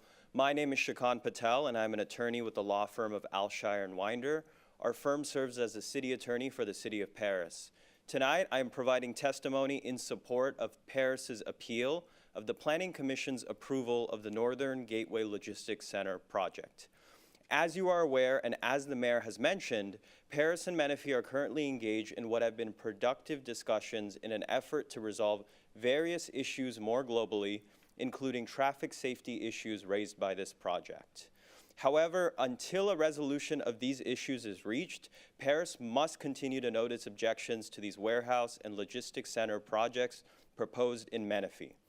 Just today, Paris submitted a letter to this council addressing Menifee's responses to the City of Paris's appeal points related to the project's compliance with state housing laws, specifically the Housing Crisis Act, as well as the adequacy of the analysis in the EIR prepared for this project. We request that this letter be placed in the record of the proceeding for this project. The following are some highlights from that letter. With regards to the Housing Crisis Act, the project is located within the Economic Development Corridor EDC Northern Gateway, where 5% of the land is intended to be preserved for residential development. Paris is concerned that Menifee continues to approve non-residential projects within the EDC and has not identified a process for ensuring the 5% dedicated for residential development is protected pursuant to Government Code Section 66300, subsection B1A, as it pertains to no net loss. Menifee's response to this concern is that 5% was included to provide for the existing residential uses within the boundaries of the EDC Northern Gateway, and merely states this area has more than 5% residential. This claim is not substantiated with any evidence and does not address the fact that this type of development is generally incompatible with residential development and foreseeably will result in pushing residential uses out of the EDC Northern Gateway, which would be inconsistent with the purpose and intent of the Housing Crisis Act. With regard to the environmental analysis in the EIR and associated traffic technical study, Paris raised the following notable concerns which were not adequately addressed in response to comments in the final EIR or to Paris's appeal points. First, the traffic study does not consider the findings of the EDCNG Master Circulation Plan traffic study for alternative truck uses and cumulative deficiencies. Second, the analysis methodology utilized for the Case Road Barnett Road at Ethonac Road offset intersection fails to fully analyze the unique characteristics of these offset intersections and ultimately understates how the project will contribute to the degradation of traffic safety at this location. Menifee's claim that this project, along with other projects that Menifee has and anticipates approving, will not result in traffic safety impacts at these offset intersections is simply not credible. The technical analysis still does not address the inadequacy of the existing infrastructure on Ethonac Road and at the intersections of Ethonac at Barnett Road and Case Road and Evan Roads, and disregards the required improvements of I-215 Ethonac Road interchange, the widening of Ethonac Road to its roadway designation and classification, the realignment of Barnett Road and truck corridor, and limit the project's roadway improvements to site-adjacent roadways only. For example, due to excessive queuing for left turn movements, the recommended 475 feet pocket on westbound Ethonac Road for left turn movements at Evans Road would be in conflict with the proposed intersection at Green Valley Parkway and Ethonac Road, and therefore inappropriate and inconsistent with the recommendations of the EDCNG study. Without these necessary improvements, this project will foreseeably contribute to conditions that will detrimentally impact traffic safety. Furthermore, it needs to be stressed that although the LOS queuing is no longer considered under CEQA for purposes of determining impacts related to circulation, this information is relevant to whether the project will result in significant impacts related to traffic safety, which continues to be an environmental impact under CEQA. Furthermore, LOS and queuing analysis is still ultimately required with respect to general plan consistency and compliance with Menifee's traffic study guidelines. Finally, the general conditions related to improvements to address traffic caused by this project are in conflict and do not comply with the EDCNG study recommendation and components. The EDCNG study must be finalized and approved by both the City of Paris and the City of Menifee prior to approval of this project in order to have an established infrastructure improvement plan. Accordingly, the City of Paris respectfully requests the Council continue its consideration of this project until the deficiencies in the analysis are adequately addressed, or until a time after Paris and Menifee reach a global resolution of the traffic, circulation, and traffic safety issues and an enforceable mechanism to ensure improvements identified in the EDCNG study are construed in a timely manner. Alternatively, Paris respectfully requests that the Council grant its appeal and deny this project in its entirety. Thank you. Thank you. Next, do we have the appellant on behalf of the Golden State Environmental Justice Alliance? Going once, going twice. Seeing none, I'll go ahead and move forward. Would the project applicants, Tyler Banton and Luke Sarmiento, like to speak?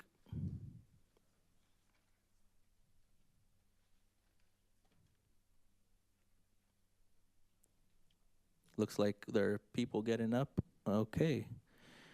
Good evening, sir. Please introduce yourself. Luke Sarmiento, Love and Industrial. Mr. Mayor, council members, thank you for having us here today. Could I have my presentation on the screen, please? Thank you. Okay, so here we have our Northern Gateway Logistics Center project. We've been working with the city for quite a while now, so we're excited to be here today.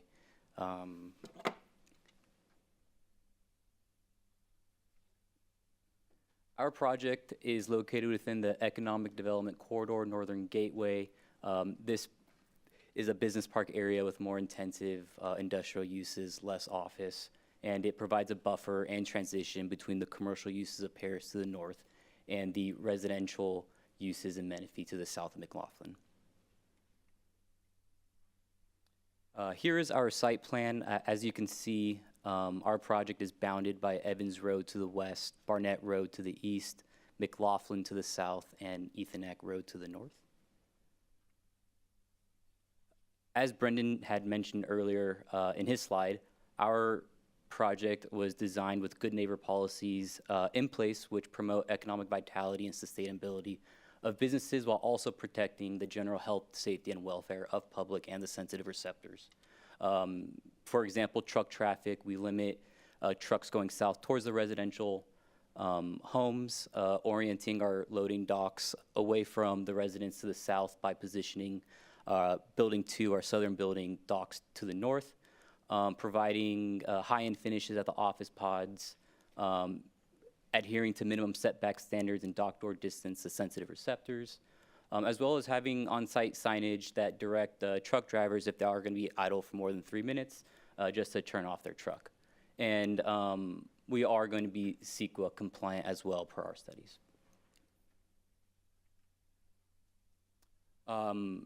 Here on the left, our smaller building is 105,000 square feet on just over 5¼ acres of land. We'll have 108 parking stalls. 6 of them will be EV ready and 19 EV capable for the future. It has no trailer parking, 15 dock hide doors facing south, protected by a screen wall, 2 grade level doors, about 135-foot truck court, and also about 15.5% of landscaping. Building 2 sits on just under 13.5 acres of land, 292,000 square feet, 244 parking stalls, 14 of which are EV ready and 36 EV capable for the future, 41 trailer stalls that are north of the northern side of the truck court, 37 dock hide doors which face away from the southern residents, so facing north, 2 grade level doors, 185-foot truck court, as well as just over 10.5% of landscaping. We'll also have 206 trees planted on site, 92 trees within the right-of-way, and as mentioned, we have 15.5% of our land covered with landscaping for building 1 area and about 10.8%, which is 69,800 of landscape area for building 2. We'll also be putting a lot of infrastructure improvements, starting left to right on Evans Road. We'll be putting in a traffic signal at Evans and Ethonac intersection, which will protect left turns from Ethonac to Evans Road. We'll have interim improvements from the Ethonac-Evans intersection all the way to the northern boundary of Building 1, which would be 2 12-foot lanes with 6-foot paved shoulders. And then once we get to our project frontage, we'll be doing 39-foot half-width right-of-way improvements with also 12 feet over centerline improvements. We'll also be dedicating a portion of our land for the southern corridor, as well as 50-foot half-width right-of-way improvements on Barnett at the project frontage, while also contributing to the Ethonac Road segments from Evans and Ethonac all the way to the 215. Sorry to interrupt, sir. I just want IT to make note of this slide. I will bring it up later on in the presentation for questions. IT, please make note of this slide. Thank you. Sorry to interrupt, sir. Keep going. No worries. This slide here, so this is a slide that was published by Ramble US Consulting, and they prepared this technical memo addressing a report from December 22 titled "A Region in Crisis, the Rationale for Public Health State of Emergency in the Inland Empire." And Ramble concluded that even though there has been a 37% increase of vehicle miles traveled from 2000 all the way to 2023 in the Inland Empire from trucks, there's actually been a reduction in emissions within that same time period. So you can see that starting in 2020, we begin to flatline from the exhaust PM emissions. And this is partly due to better standard and regulations that have been put into place. As part of our EIR, we did study greenhouse gases. Menifee has taken a conservative approach and adopting 3,000 metric tons of greenhouse gas per year for the industrial development threshold. SCAQMD has adopted 10,000 metric tons when they're the lead agency and 3,000 for residential and commercial. So as you can see, even though Menifee has taken a very conservative approach, our project still comes under that threshold when our mitigation measures are put into place, which are prohibiting natural gas to the site, as well as making sure any off-road equipment would be zero emission operationally. We also studied noise impacts within our EIR. Operationally, no noise levels were exceeding the city standards, which are the yellow dots on the screen here. Additionally, construction noise levels were also studied at the worst case scenario, so meaning all the equipment on at the same time, and still no noise threshold was met at any study location. And then lastly, off-site traffic noise levels do not exceed any normally acceptable noise standard at either roadway segment from Evans all the way from Ethonac to McLaughlin, and then on Barnett from Ethonac to McLaughlin as well. As part of our project, we'd also be paying a good share back to the community. We anticipate about $4.2 million to be paid through development impact fees, as well as about $9.5 million through our infrastructure improvements. We'll also be supporting local job here in the city. We have a project labor agreement with the local union LIUNA, and we'd also be supporting the local business growth opportunities that establish point of sale for the city growth and revenue. And then lastly, there's also a very large population of working men and women from 18 to 44, excuse me, and so we'll be able to help provide job opportunities there as well. That concludes my presentation. Thank you. Thank you, sir. Next, I would like to ask our Madam Clerk, Rosine, do we have any requests to speak? We do. Okay. Can you please call the first speaker, Madam Clerk? First speaker is Debre Samis, followed by Mark Dines. Good evening, ma'am. Good evening. I moved to Menifee in 1991. I've seen a lot of good, I've seen a lot of bad. I believe this warehouse project is not so good for the residents in that area. I lived on that street. I live on Marietta Road in Floyd. This developer was told to offer good neighbor services to the residents. What they offered was to put in new windows for the residents on Floyd Street. Everybody else on that from, let's see, would be east on Marietta Road to Ethonac. No one got notification. My concern is traffic starts on Menifee, Marietta Road about 4 a.m. Semi-trucks, and it goes to about 8:30 in the morning. My concern is not only for the residents. We have a new school that's being built, and it's going to be opening in August. The Romoland School District has a school proposed on Ethonac. So we've got semi-trucks. No matter what they say, how they're going to divert the traffic, we still have a concern with that. We also have people who are equestrian riders in that area. Nobody can ride anymore. I'd like to say that my dissatisfaction with this developer, compared to the first developer that approached all the neighbors, they were going to purchase the homes at a fair market value. And this company was like, oh, we can't even talk about that. So my question to the council, would any of you want to live next to that warehouse?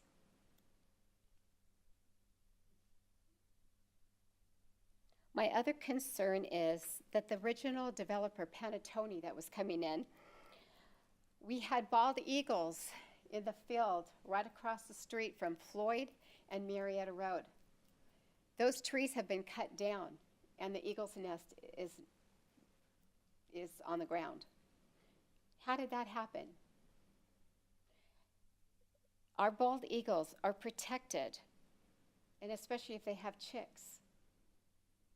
And that is my concern, and I would really like, my main question is, would you like to live next to this type of warehouse? Many people have been in that area. A lot of people cannot relocate. Thank you. Thank you, ma'am. Madam Clerk, can you please call the next speaker? Mark Dines.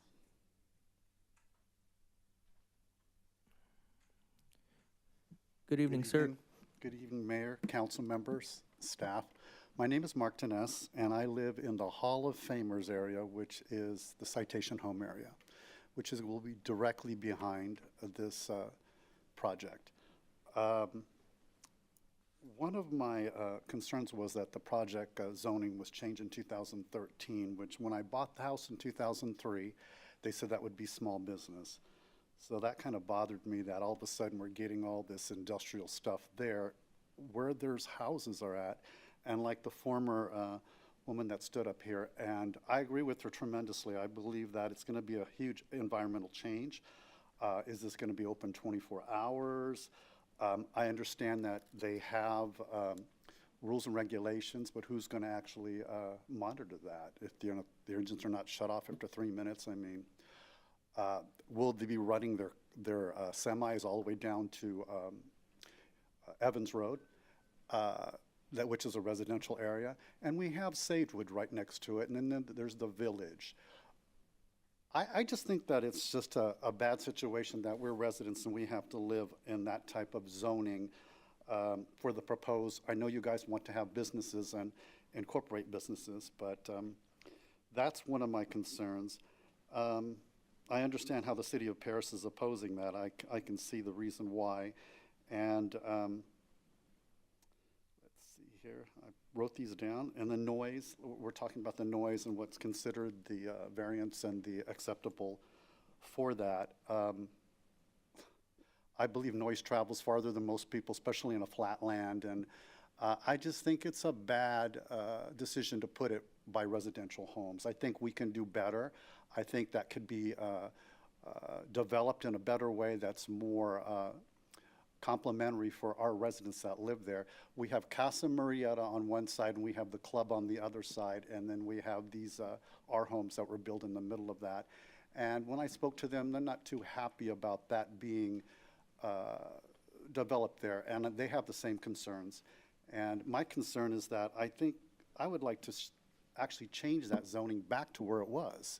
I think that we need to just take that part of Menifee and complement the Paris side with the Menifee side and make it plausible. I mean, like the former speaker said, I don't want to live next to that. That's really quite a thing to put up with, and my house faces right on the street of that road on McLaughlin Road. So that's my concerns, and thank you very much. Thank you, sir. Madam Clerk, any other requests to speak? Yes, John Shardlow.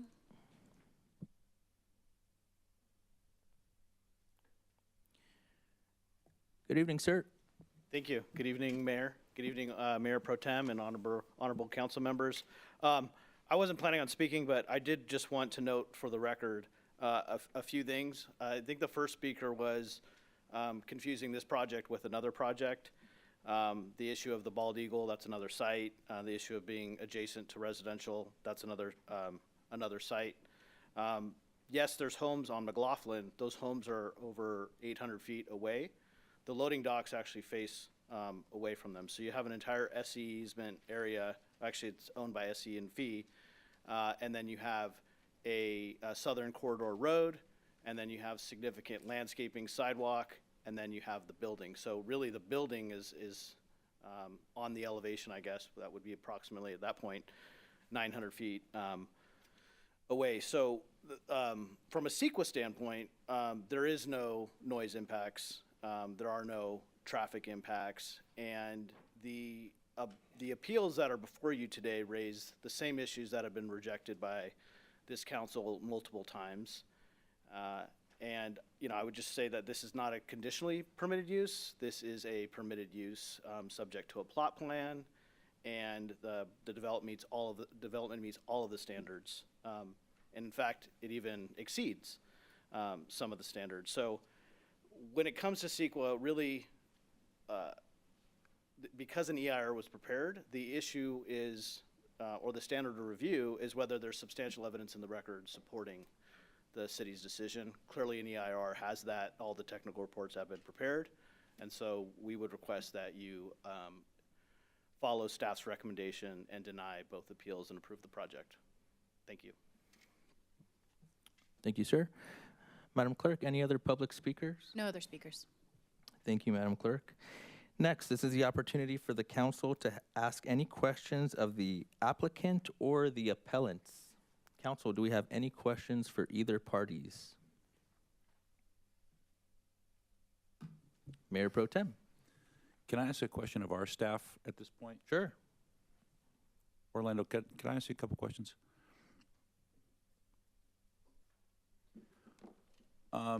First of all, this is kind of a big, broad question, but how many acres is the entire northern gateway of the EDC? Not just this project. This project's about 19 acres, they said. How much is the entire northern gateway? Close to 600 acres. Do you have any estimate at all as to how many homes, if we change the entire northern gateway to residential, 600 acres would fit?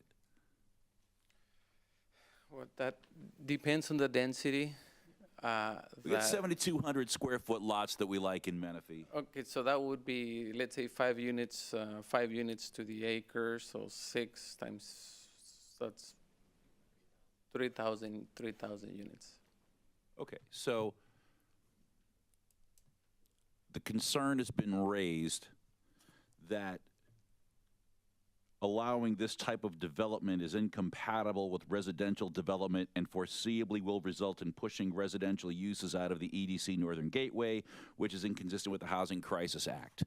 So if we agree with that and rezone the entire Northern Gateway to residential, that's 3,000 individual homes or more if it's high-density housing, which would be permitted under the current state law.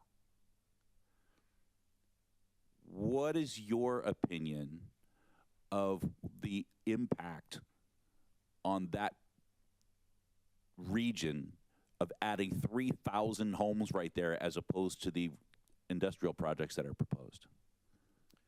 From a traffic standpoint, the traffic impacts will be significantly higher than what is currently proposed along the corridor.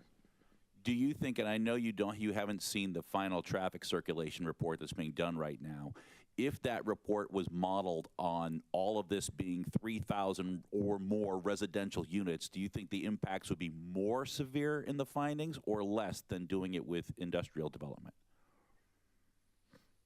Just as an opinion. Probably more severe. All right. Thank you. Those are all the questions I have for Orlando. Okay. Any other questions for him while he's up there? Okay, Councilman Diedrich. So there was a statement that zoning was changed in 2013 and that it was previously a less intense use of businesses. Is that an accurate statement that the zoning previously was not for industrial buildings like this? I'll even go further back. When the city incorporated, that property was zoned in the county. The entire northern corridor, Northern Gateway, on the west side of Murrieta, that was rural residential. I believe it was 1 acre minimums. Between Murrieta and the 215, that was industrial park. So it had a similar designation as the EDC. Correct. Great. Thank you. I have a question for the applicant. IT, can you pull up that slide I requested previously, please? Thank you, IT. In our staff report, it mentioned no contributions were going to the Barnett-Ethanak intersection. Why does this presentation show contributions to the Barnett-Ethanak road realignment? My name is Tyler Bant. I'm a partner with Lovett Industrial. We're making contributions through the RBBD, which covers the Barnett-Ethanak realignment. And Okay. Okay, go ahead. Sorry to interrupt. It's our fair share portion of the cost. Obviously, this is a very small project in the grand scheme of things, and the infrastructure improvements, as Luke noted before, is more than $9 million, which we were not planning on dedicating the southern roadway either. So from a financial standpoint, only so much work can be absorbed from a small project. And so we're making the contribution through the RBBD, which several other developers are doing as well, as we foresee the EDC getting built out. Okay, thank you for clarifying that, because it was a little misleading, and to me, and maybe anyone else watching, there are no direct contributions to the intersection for the immediate improvements, but to a district to be created and improved later, correct? That's correct. Okay, thanks for clarifying this slide. Okay, that is my only question. Council, any other questions? Mayor Pro Tem Carwin? Yeah, I got a couple of questions for the City of Paris attorney.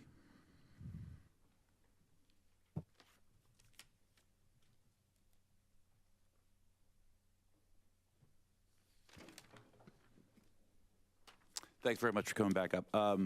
We were provided with a letter from, looks like Patricia Brennis. Am I saying that name right? Yes, yep. You have a copy of that letter? You've seen it? Yes, Okay. yep. So, first question is, in light of the objections to the industrial development raised in this letter, has Paris halted all industrial development in that region?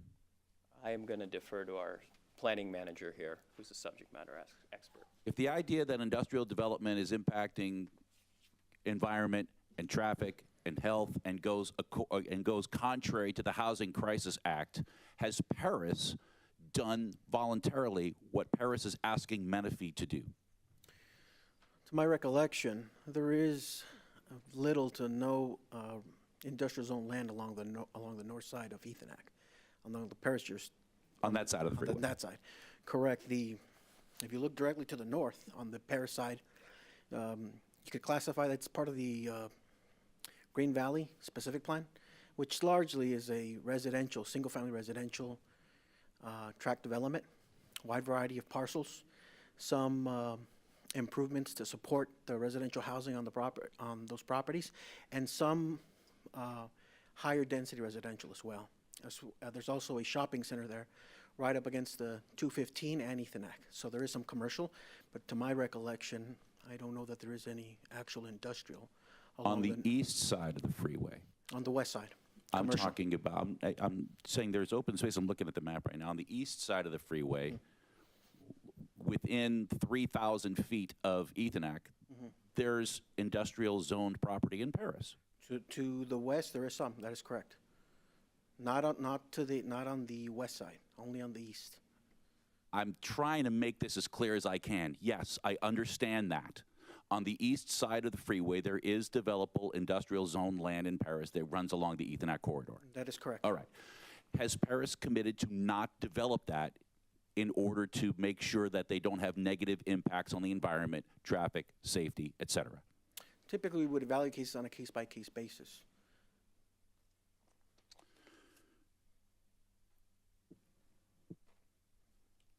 So, no. We would evaluate cases on a case-by-case basis. I think that part of this concern we've articulated on the correspondence.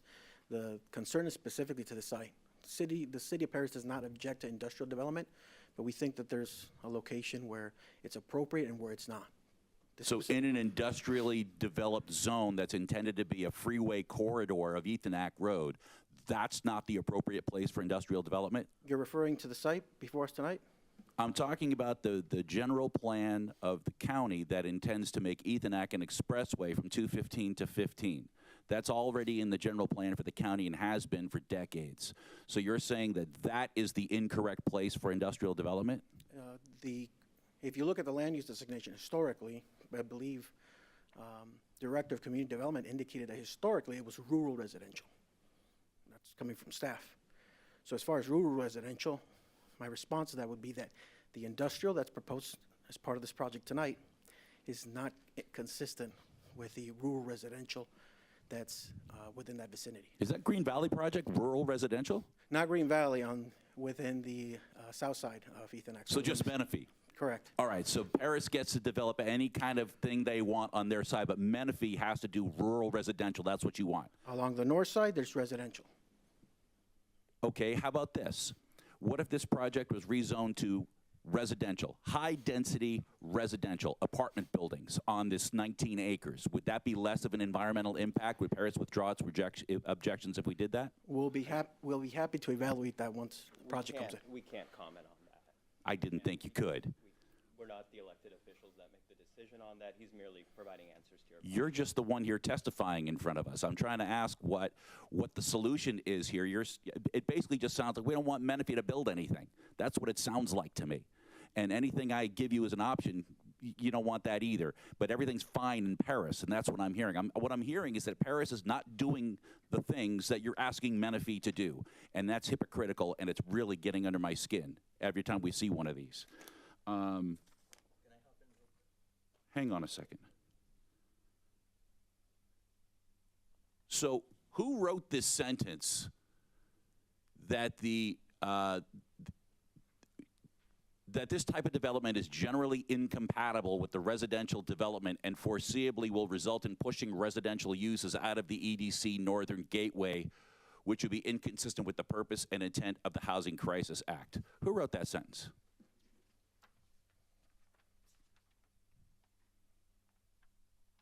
Was that the planning manager, Patricia Is there a Brenner? specific number? Yeah, it's on page 2, first paragraph, last sentence.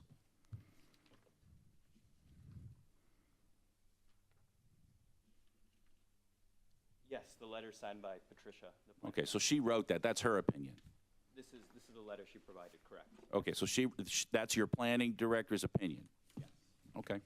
And so is that opinion remedied by changing it all to residential? If this is what that's asking us to do, if we change it all to residential, does that take care of the problem? Again, that would get into legal analysis of whether it fixes that. So this is just don't build anything Menifee, we'll see later. Got it. No more questions. Yours, Mayor. On what Mayor Pro Tem mentioned on Paris's projects on Ethernet, did Paris not just approve a warehouse within the immediate vicinity of the Winco and Home Depot on Ethernet, next to the sanitation center? There was, I believe, one warehouse that was approved directly to the north of that site. Okay. It was part of not just industrial, it was part of a larger project. So I believe there was other components other than industrial. And that's the frustration I think that Menifee has. They expect us on our side of the border to halt all industrial and warehouses, yet in the immediate vicinity at the Winco and Home Depot, they're approving it. I'm not happy with that. I wish our neighbors would act in better conscience, respect the border, respect our projects, we'll respect their projects. Assistant City Manager Jones? Just to clarify, they approved about a 700,000 square foot industrial project, which is about 3 times the size of this project. Thank you, Assistant City Manager, for clarification. Council members, do we have any other questions for the applicants or appellants? Okay. Hearing none, would the appellant, would the City of Paris like a brief opportunity to rebuttal anything you have heard from anyone else here tonight? Besides, We just like to say that we're in agreement with some of the concerns that were raised by the residents of the city of Menifee. So we understand their concerns and we understand where they're coming from. So thank you. Thank you. Also, for the record, I want to make sure I ask the appellant on behalf of the Golden State Environmental Justice Alliance if they would like an opportunity to rebuttal. I know they weren't here earlier. Maybe they were running late. Life happens. Going once, going twice, hearing none. Would the applicants themselves like an opportunity to rebuttal here at anything they've heard up to this point? Tyler Banton. No rebuttal, just general comments. We're very excited about the opportunity to bring jobs to the city of Menifee here. As we've described, most of our building design is very energy efficient. It takes ESG. We're being very conscious of the city requirements. We've been that way since the beginning of the project, working with city staff. It's incredible to see how quickly this city has been growing. I mean, just over the last 5 years, this city has had tremendous home building and net migration. And as the population continues to grow, We need to bring jobs to this city, and this site in particular has been zoned industrial for over a decade. We bought the land with the assumption that this is what the project was going to be. We've worked on it for over 2 years now, and we're excited to see it through, and hopeful that we can bring these amazing jobs back to the city here as you guys' city grows. Thank you. Thank you. Okay, we've given everyone an opportunity to speak. I will close the public hearing now at 8:04. Next, this is the time for the council to share any comments and discuss.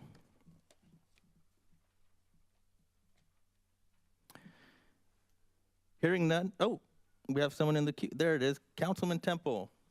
Well, I wanted to mention something on the letter from the City of Paris. Item number 3 mentioned the Case Road, Barnett Road, Ethanac Road offset intersection. You know, I'm looking at that intersection. The offset, I think, was originally not planned that way, and I think the City of Paris did it to accommodate the gas station on the corner of Ethanac and Case Road. So the problem that they're referencing is a problem created by themselves, which will result in, hopefully on their side, the loss of this business that we're requesting, yet they continue to utilize resources, specifically fire responses, to their city. So I just think it's rather ironic that they're against the project, partially due to a problem that they created, while maintaining their reliance upon us. And I just think that is not something that a good neighbor of another city would do. Thank you, Councilman Temple. I'll go ahead and hop in. I wanted to answer our couple residents in attendance questions if I myself would like to live there, and the answer is no. I wouldn't like to live there myself. And we have had discussions here at council about changing the zoning and the land uses for other amenities and projects, and I didn't get much traction there. But I understand where you're coming from, and I agree with your sentiments on that. To the City of Paris, I would love for you to respect the borders, concern yourself with your projects on your side of the city, respect our projects on our side of the city, just like any good neighbor would, just like any good neighbor next door would, you know, love peace and quiet and the opportunity to live their fullest life and respect each other and be courteous. And so I've had conversations with the City of Paris, and they're always very productive and amicable, but I would love to see more results and merit-based actions, you know, happening, not just the words. And I'm confident and hopeful and optimistic that we can reach an agreement in the future with our neighbor, and hope that our neighbor has a lot of prosperity and wishes us prosperity on our side of the border. Now, I do have a few concerns, though, with the project itself. I think the fact that the global traffic study isn't complete and we don't have all the nuances worked out and ironed out is a concern of mine. I think we need that and need to have all the evidence available to us to make a rational decision on it. We need that global traffic study complete. Second, the second piece of evidence I'd like to consider is, as our planning director mentioned, we have a vacancy in many of the warehouses already in Menifee, and the market trends aren't favorable to warehouses. And that includes all of Riverside County and the region. Not just Menifee, but Riverside County as a whole is struggling to fill in these warehouses, and I think it's not in the best interest and the best public good for our residents to have vacancy with no sales tax base potentially, and that is a concern. And then the third piece of evidence I think is a concern is these traffic studies don't consider an immediate improvement to Ethanak and Barnett, the intersection there. I think it would be, I don't think it would be the best decision to have all the traffic, the projects, the trucks without immediate improvements to that and waiting till the district is fully built out at a time that's yet to be determined. So for all those reasons, I'm not a fan of this project. Councilman Diedrich. Thank you, Mayor. I would just initially like to say that I'm highly sympathetic to the residents in the area that, you know, with growth comes change and comes growing pains, right? I will say that I'm also sympathetic to the developer, right? If I were buying residential property, similarly, if I was buying residential property and I met all the guidelines and all the requirements and wanted to build a house, and then the city, I came to the city to get approved and they said, no, we just don't want it there, I would be unhappy too, right? And so it's a similar situation for the developer. So with the fact that it's been zoned this way for years and years and years, to come in and say, you met all the requirements, you did everything you're required to do, and therefore we're still not going to grant you, I just don't see that happening. Thank you. Mayor Pro Tem Carwin. Yeah, thank you. I think the Southern Gateway vacancies are a different type of intended use than this is. I don't know if you could compare those directly. Do we know what, are there interests in those buildings, or are there tenants coming, or are they just sitting unoccupied? We have a number of tenants that are looking at it. It's just the pro forma of the developer and those tenants and the price point of getting them in there. So so are those vacancies a reflection of market disinterest, or is it just working out a deal? No, we have a lot of interest to be in industrial in the city of Menifee. I see. Part of the problem that we face is trying to decide what to do with vacant land. And people see a logistics center and they say, I don't want to live near that. And then we build a large residential development and everyone says, stop building houses in the city of Menifee. Well, it can't be nothing forever. It's got to be one or the other. It's either going to be too many homes or industrial development in this area. I think based on what we've seen in the city, that the residential infill of this, if we were to rezone it and infill with residential, would have a far more negative impact than doing this. This type of development will bring the infrastructure that it needs as we start filling it in. It'll bring sewer lines, roads, fiber optic, other types of amenities and road improvements, those kinds of things that the rest can be built in and around. Whereas filling it with residential, you're going to have, if we were, I mean, we're not going to rezone the entire Northern Gateway to residential and fill it with 3,000 homes, but this space would be roughly 100 to 120 homes, which would be cars going in and out. It would be people doing all kinds of uses. It would be water use. It would be sewer use. It would be all those kinds of things, and it's not hooked up to anything. So it can't be nothing forever. It's got to be one or the other. This one, we've got 800 feet of the easement of the power lines there, plus this is the part that'd be facing the residential. The trucks are in the back. There's another couple hundred feet there as well. I think the most minimal impact on that nearby residential on McLaughlin is this, compared to a huge housing tract that could go in there where there would be traffic and circulation. The other thing is the truck traffic from here isn't going to go down south past this location. It's not going to go south to McLaughlin, whereas if it was residential, all of those cars would be going that way because there's nothing north in the city for people to get to. They'd be going out Newport and all that other stuff. So I think the traffic circulation would be far more intrusive if it was residential. And I think this is the way to use the property, A, the way it's intended, B, to accommodate the future of the location, C, to take care of the accessories and amenities that are needed in the area with the least amount of impact. I know it's tall, but if this was, how do I put this? If this was an apartment building that looked exactly like this, it would be the same size.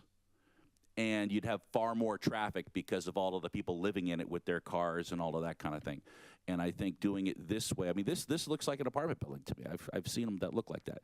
So I think it fits the area. And just, I think it's entirely disingenuous for the appellant to argue that it's the improper use of the area when it's the exact intended use of the area and there's no place else to do it. I think if you were to line this with residential, and then the Ethonac Expressway opens up, now you're going to have houses right on an expressway, which doesn't make any sense either. So I think for the purpose of this land and the way it's intended and the design and all of that kind of stuff, and I also want to give deference and respect to the Planning Commission, who put in a tremendous amount of time and research and effort to review this project. This wasn't a last-minute thing thrown together.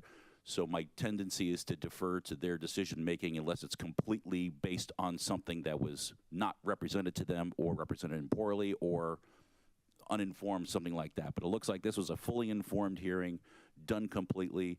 My deference would be to them, and I agree with them having looked at it independently. So my inclination would be to approve the project by denying the two appeals. And one of the appellants didn't even show up tonight. How mad could they possibly be? Thank you, Mayor Pro Tem. Seeing no other speakers in the queue, I'll move forward. There are 4 resolutions for adoption. Can I get a motion and a second to adopt a resolution denying the appeal submitted by the Golden State Environmental Justice Alliance? Second.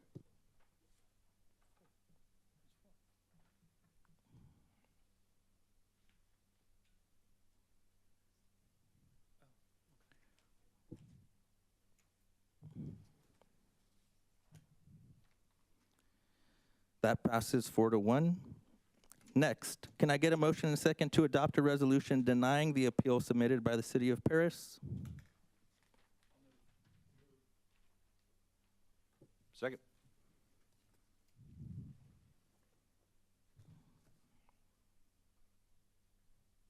That passes 4-1.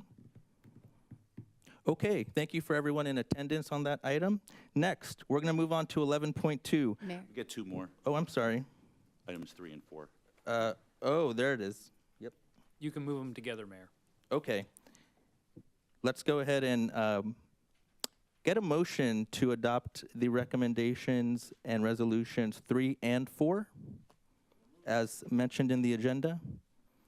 Second.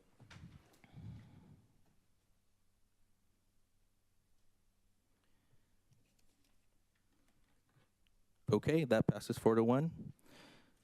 Okay, looks like we handled all of that. Let's go ahead and move forward next to 11.2, resolution of necessity authorizing the condemnation of property for right-of-way purposes on Ethonac Road. Could I please have Director Fiddler introduce the item?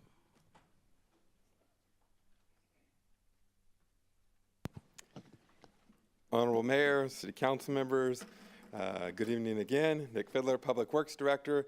Tonight I have the honor of introducing Steve Straypack, the Assistant City Engineer and Land Surveyor.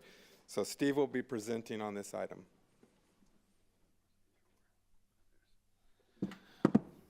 Good evening, Honorable Mayor and Council members. My name is Steve Straypack, as previously mentioned by Nick, and the item before you that I'm presenting is a resolution of necessity for project IP 25037, and it is eminent domain on 2 separate parcels. The overall project that we're looking at today involves the Core 5 project between Dawson and Trumbull Roads. It's a 1 million square foot warehouse that they're building, as well as a 385,000 square foot warehouse between Trumbull and Sherman. All the red you see are roadway improvements they've committed to do, as well as traffic signal improvements. If you notice up at the north end on Ethonac, there are 4 signal symbols there. They're actually installing 2 signals, one at Ethonac and Sherman and one at Dawson and Sherman, new signals. They're upgrading the signals to the west there. They're also doing quite a bit of work throughout the city. The only thing on this graphic that's not going to be built for the project would be McLaughlin Road there on the south due to right-of-way issues. So one of the big things they're doing, as you see highlighted in yellow, is this project will provide 2 northbound left turn lanes and a shared right through. So that's the overall project that's going to be constructed by Core 5. So Ethonac Road, as you know, is a 2-lane road right now, and it's also identified in our circulation element as a expressway. It'll be a 6-lane divided roadway upon ultimate build out. So they'll include the following. The phase of Ethnac Road will include widening from 2 to 4 all the way from the 215 ramps all the way to Dawson. The new signals upgraded, as well as traffic signals.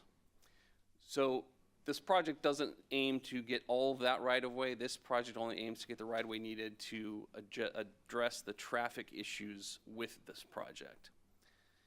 So as projects come in the future, additional right of way will be obtained. This project will also dovetail nicely into the SR 74 and Ethnac roadway grade separation project immediately to the east. The city is currently reviewing right now for feasibility. So we don't have the alignment of that set up or decided upon yet. But you can see on the right side on the map the location of this project. So Sherman is currently just a 2-lane road, and it's designated in our circulation element in the general plan as a 4-lane divided roadway. This development will create improvements, creating additional lanes as well as the signal improvements there. So 2 northbound left turn lanes at that intersection. Getting into the nitty-gritty here, here's a close-up of the Sherman and Ethnac intersection. Now you see the purple lines, those represent the proposed right-of-way required to do the roadway improvements for the Core 5 project. The sort of cyan bluish lines are the existing right-of-way, and the green dots represent executed right-of-way agreements that the developer has already obtained on his own. The red box on the left are the Singh properties. There's 2 parcels there, both owned by the same 2 gentlemen. Here we have Dawson Road to Antelope showing additional properties that have executed agreements, as well as the proposed right-of-way to accommodate the new lane configuration along Ethnac. Somewhere just to the east of that is the city's project with a grade separation that should tie into there in the future. So here's the existing conditions, sort of an overview aerial of the area and the properties in question along Ethnac Road and to the immediately west of Sherman. And you can see the large green areas where the 1 million square foot warehouse will go, and between Sherman and Trumbull, the 385,000. So here's a close-up of the 2 properties and APNs in question for tonight for the resolution of necessity. So in the red, you see the existing property line running along the north end of the property, as well as the east side of the property. In the blue, we see the proposed property line. That's to accommodate the minor widening to do for this 2 left turns from northbound onto Ethnac Road from Sherman, as well as to accommodate new signal poles for a traffic signal that will be installed. The shaded red area is a temporary construction easement that will only be used for construction and given back to the landowner when the project is done. So as you can see there, the acreage of the sites is fairly good. It's a 0.91 acres and 0.69. So the right-of-way take on the parcel on the left, I'll call it parcel 10 for APN 10, represents 2.7% of the total area of land of the parcel. And the parcel to the right, I'll call it 11 for the APN number, that represents about a 4%, 4.5% take of the blue area because of the larger area for the traffic signal. So they're very small overall. So the current status is that the developer has made offers exceeding market value, and the owners of the properties were unable at this point to come to an agreement. And the property owners were sent notices to appraise from the city in March and were provided the opportunity to be present for the appraisal. It was conducted in April by a licensed appraiser who I believe is possibly here today with the, he is here with the applicant. And on April 28th, the city sent the property owners a statutory offer pursuant to government code to purchase a permanent public road and utility easement and a temporary construction easement. So the law has been followed here in this process, and then in June, the city sent the property owners another statutory notice pursuant to the code, advising them of this hearing and their right to be heard. As of this time, I have not heard, or to my knowledge, staff has not heard from the owners on this issue. So, on the next one, at this point, since the developer has 18 properties already signed off, and these two are the last ones in order to complete the project, is the eminent domain process. The first step would be for city staff to request a file of condemnation action, and the approval from the city council is called a resolution of necessity, RON for short. In consideration of that, there's several items that you as the legislative body must consider. Is public interest and necessity required for the project?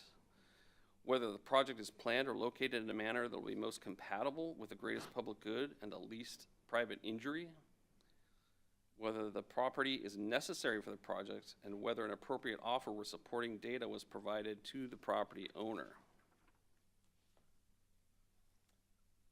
So here's some community benefits of this. As I mentioned earlier, this road is in the city's general plan circulation element as a 6-lane expressway. The infrastructure improvements will be similar to ones done in other areas that will attract development, such as Ziders Road, Van Buren Road, and Riverside, Hamner.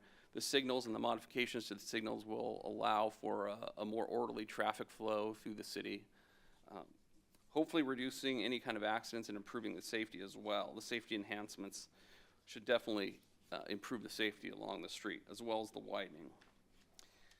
The increase from 2 to 4 lanes will improve circulation greatly, and connectivity from Ethonac to Legato via Sherman Road will be highly improved, greatly improved. So there's a rendering here. This picture is not real. This is a rendering provided by the applicant looking eastbound towards the Sherman Road interchange. Should be noted that when we're looking down in the plan view, 3 of the corners are in the city of Menifee. The northwest corner is in the city of Paris.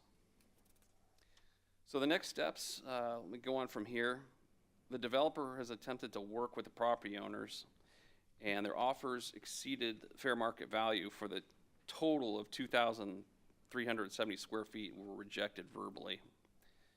So eminent domain is necessary to complete the required improvements and make progress towards the goals identified in the city's general plan. The next steps for us are, if the resolution is adopted, the city can file a complaint in court to acquire the property interest required for the project.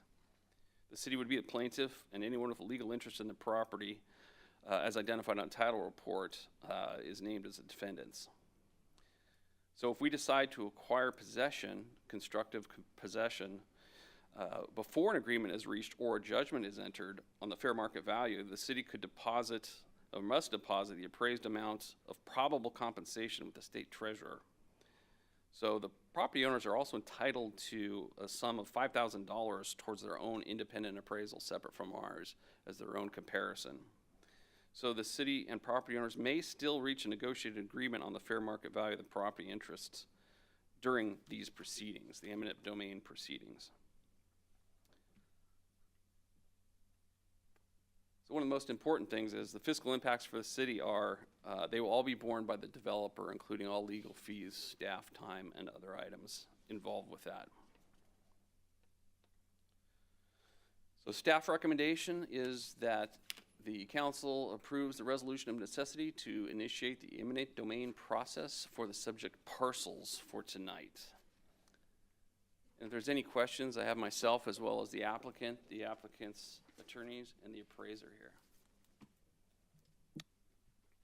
here. Thank you. We're gonna stick to questions. Council, do we have any questions at this time? Hearing none from my colleagues at this time. I do have a couple, and this one is for staff. How long have negotiations, direct negotiations with the property owner face-to-face gone on for exactly? I'm going to defer to the gentleman that did, or the company that did all those negotiations. If you could come up and talk to that. We don't know exactly when they started, because they've been in conversations with all the neighbors in the area concerning their project for quite a few years, as I understand. So Griffin, if you would like to answer that, if you could. Good evening, Mayor and Council. Griffin Levinsky with Core 5 Industrial Partners. Thank you guys for your time. As Steve mentioned in his presentation, Core 5's been in contact with this property owner as well as the additional property owners along Ethonac for probably the last 2 years or so, year and a half, and we'd be happy to provide a more detailed timeline. As Steve mentioned, we've negotiated with 18 of them so far and come to agreements and just have not been able to pin this last property down. So. For clarification, how many times have you specifically talked with this specific property owner? Myself, I have not personally. It's been a counterpart of mine, and I'm happy to provide that timeline and outreach to the city staff. Okay. I wish we had it today because that would help me understand things a little bit better. Oh, do we have someone upcoming? Okay, Mr. Sardlow, welcome. All right. Yeah, thank you. So, John Shardlow on behalf of Core 5. So I've spoken to Mr. Kelly over at Core 5, who has spoken with the property owners, and he's spoken on multiple times, more than 4 or 5 times with these 2 property owners that they were unable to obtain a settlement with or a resolution with. Okay, 4 or 5 times. Thank you. Yeah, at a minimum. At a minimum. Okay, thank you. And my next question is for staff. From my understanding, this was approved by the City Council back in 2022, if I read the staff report correctly. And in that 2022 hearing, there were overriding considerations for this project? That I don't recall, do you? City, that would be a planning question, but I would like to address something you asked earlier about the conversations with the owners. Several certified letters were mailed to both the owners of both those properties as well. They're listed, I believe, in the packet and somewhere in those 300 pages. And I think Mr. English or Brian English could address that if you need to. Thank you. Director Hernandez? Mayor, to answer your question, the project did require a statement of overriding considerations. There were 2 categories that didn't meet the threshold. That was air quality and greenhouse gas. Thank you. Okay. Those are all my questions for staff. I'll have questions for the property owner and the applicant later. Council, any other questions for staff at this time? Seeing none in the queue, I'll move forward. I'll open up the public hearing at 8:31. Madam Clerk, can you confirm this public hearing was legally noticed and if any correspondence has been received? This public hearing was legally noticed and no correspondence was received. Thank you, Madam Clerk Rosine. Next, if the property owner is present, would you like to address the council? No property owner? Mr. Singh?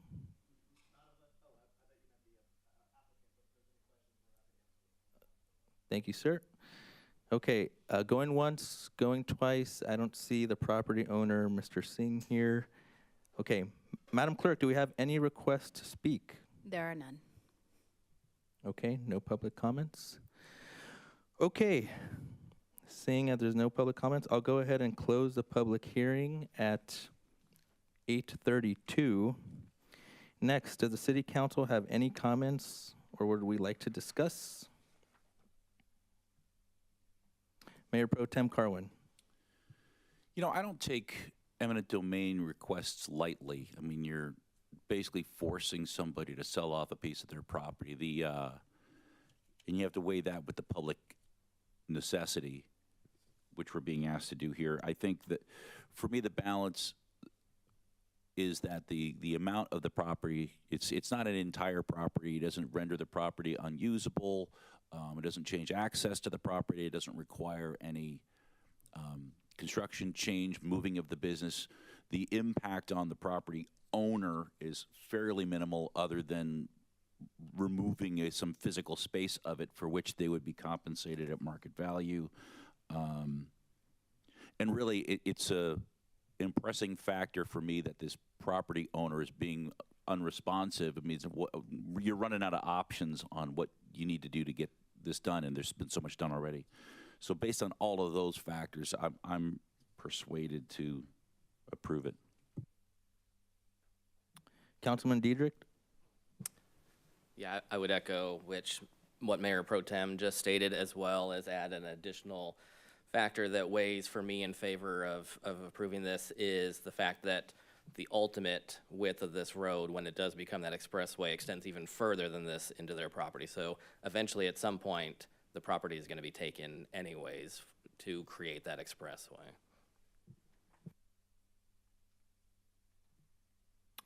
Seeing no other comments, City Attorney Melching, I did have a question for the developer. Do I have to open up the public hearing to bring him back up? You do not. The developer actually volunteered to answer your question. Okay. All right, just making sure all the legalities are okay. Okay. Mr. Shardlow, I do have a question. My question is, I understand this will be a warehouse. Do we know the tenants that will be occupying this property yet? No, the tenants have not been identified for this project site. Okay, thank you. Okay, I see no other questions or comments. I struggle with this one.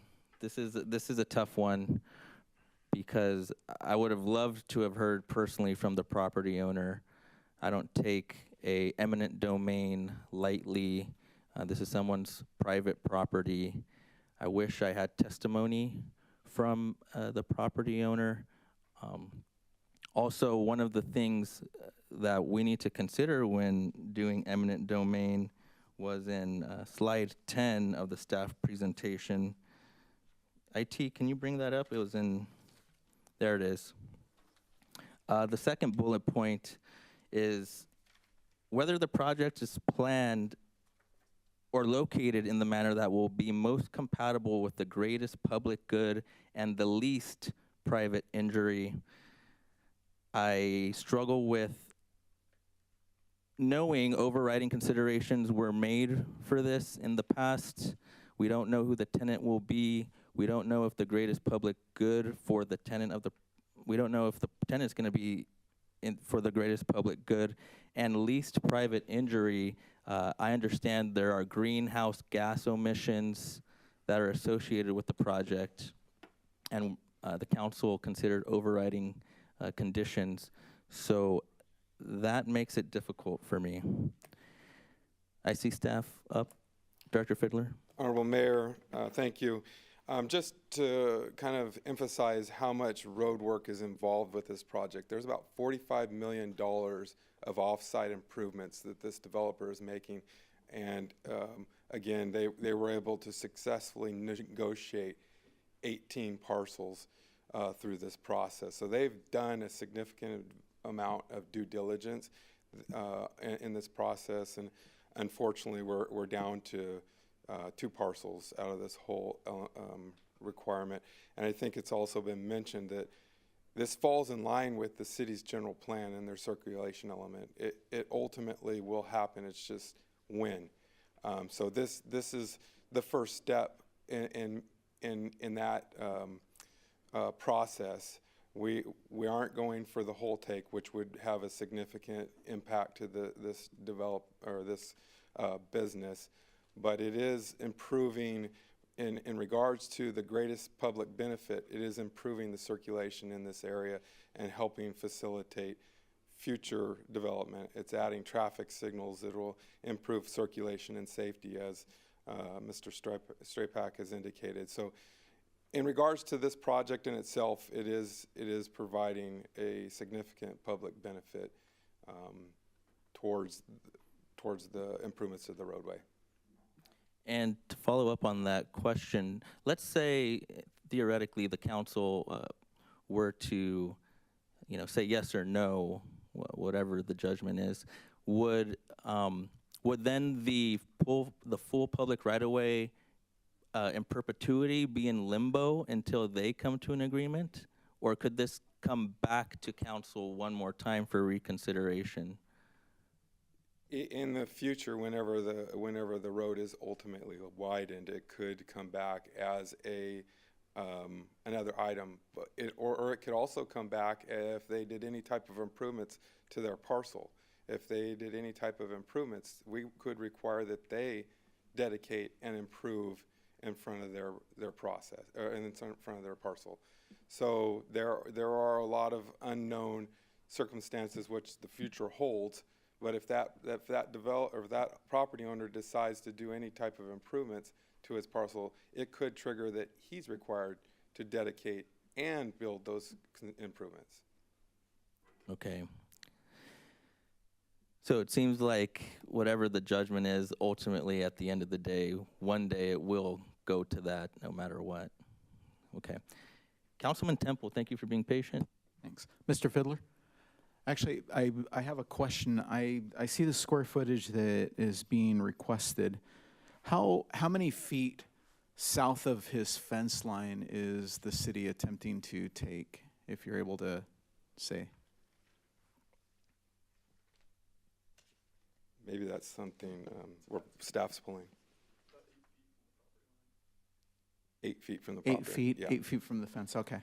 So, this is definitely something that I do also struggle with. I hate the fact that the government steps in to take something that belongs to a person, no matter what it is.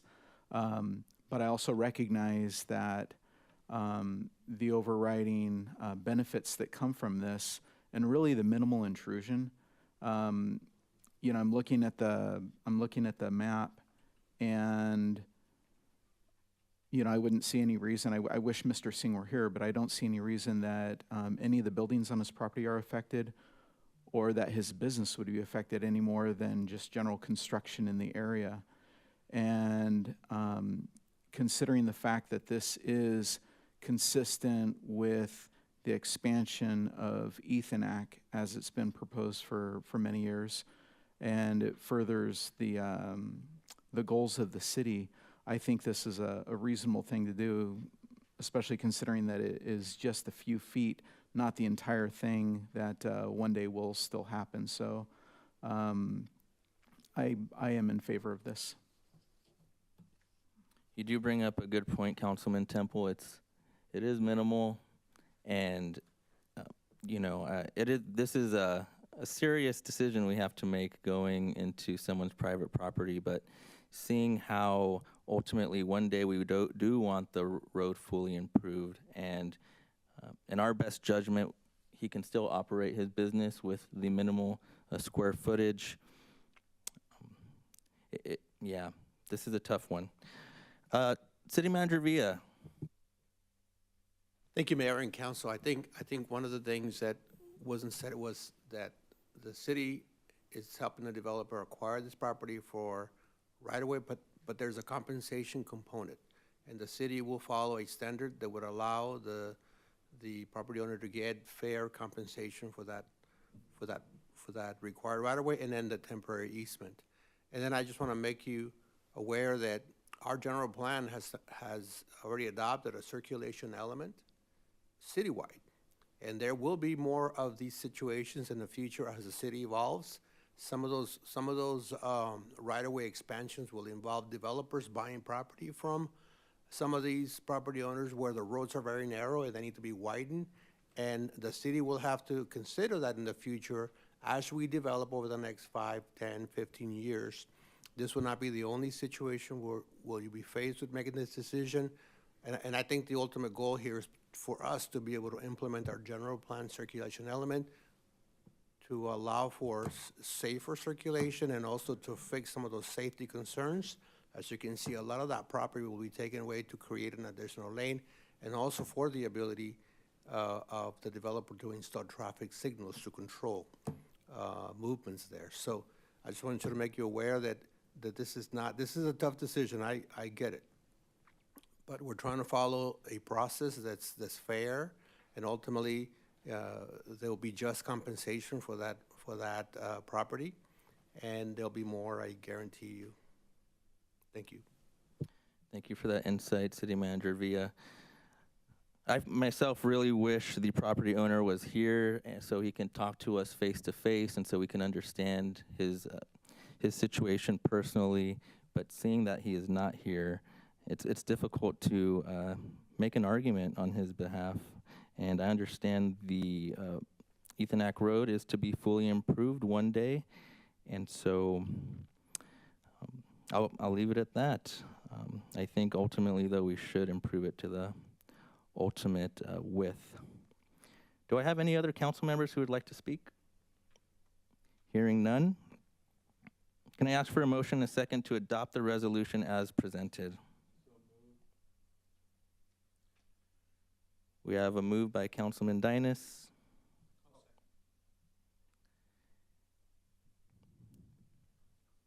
Councilman Temple, second. That passes 5-0. Next, we're on to 11.3, ordinance introduction and first reading for change proceedings for improvement area 1 of CFD 2022-3 Legato. Does the city council wish to hear a full staff report on the item, or do we wish to go straight to the public hearing? I wish to go straight to the public hearing. Do I have a second? Okay, I have a second and a third.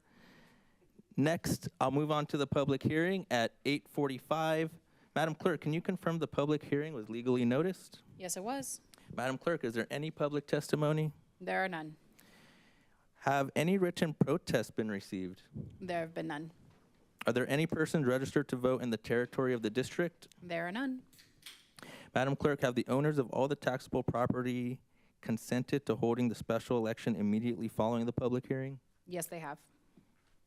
Madam Clerk, can you concur that the special election may be held this evening? I do.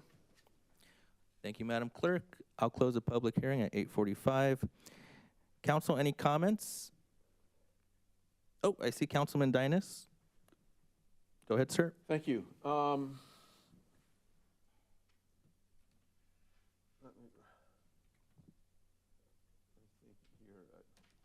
to find my notes. Give me a second here.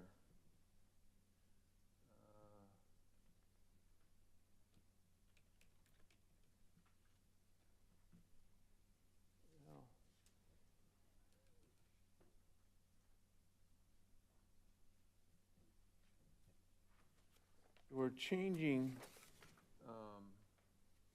the method of appropriate RMA. Is that correct? We're making an amendment that because didn't we change the entire product that's being sold?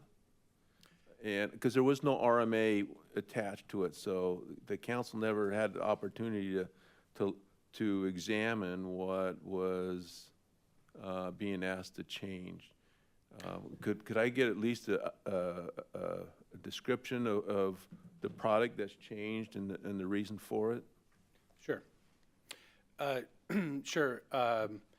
The changes in the RMA or the amended RMA were actually attached to the resolution of intention, which the council approved last meeting in June. And so we have placed that information in your red folder. So that is the amended RMA that goes along with this resolution. But just to kind of outline the changes, it doesn't change the number of units. The number of units is 491, and that remains constant. The home square footage increases. Originally, it was 1,300 square feet to 3,500 square feet. It now goes to 1,539 square feet to 441.84. So the homes are going to be a bit larger.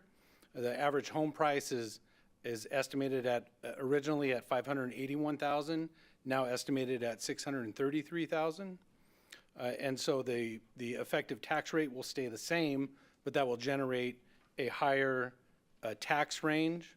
Originally ranged from $26.93 to $36.24 per home.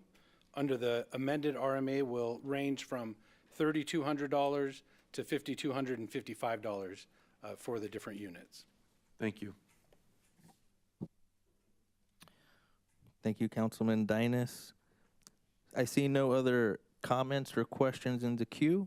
I'll go ahead and move forward. Can I get a motion and a second to adopt a resolution calling an election and amending the RMA of special taxes as presented? I'll move it. Second.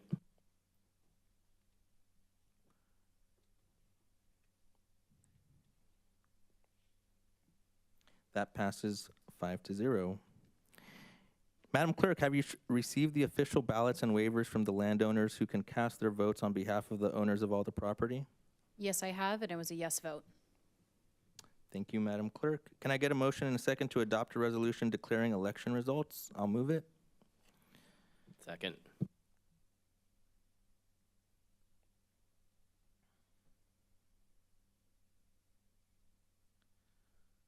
That passes 5-0. Madam Clerk, can you introduce the ordinance, please? An ordinance of the City Council of the City of Menifee, California, acting in its capacity as a legislative body of the Community Facilities District 2022-3 Legato of the City of Menifee, authorizing the levy of special taxes within Improvement Area 1. Thank you. Can I get a motion and a second to introduce the ordinance? I'll move it. Second.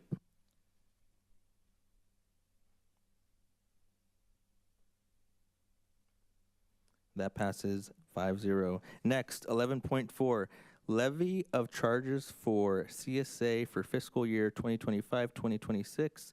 Director Hickey, can you please provide the presentation, sir? Yes, good evening, Mr. Mayor, members of council, Travis Hickey, CFO. I'm going to call on Deputy Director Margarita Cornejo to give this presentation. Thank you. Welcome, Mrs. Cornejo. Hi, good evening, Mayor, council members, and members of the public.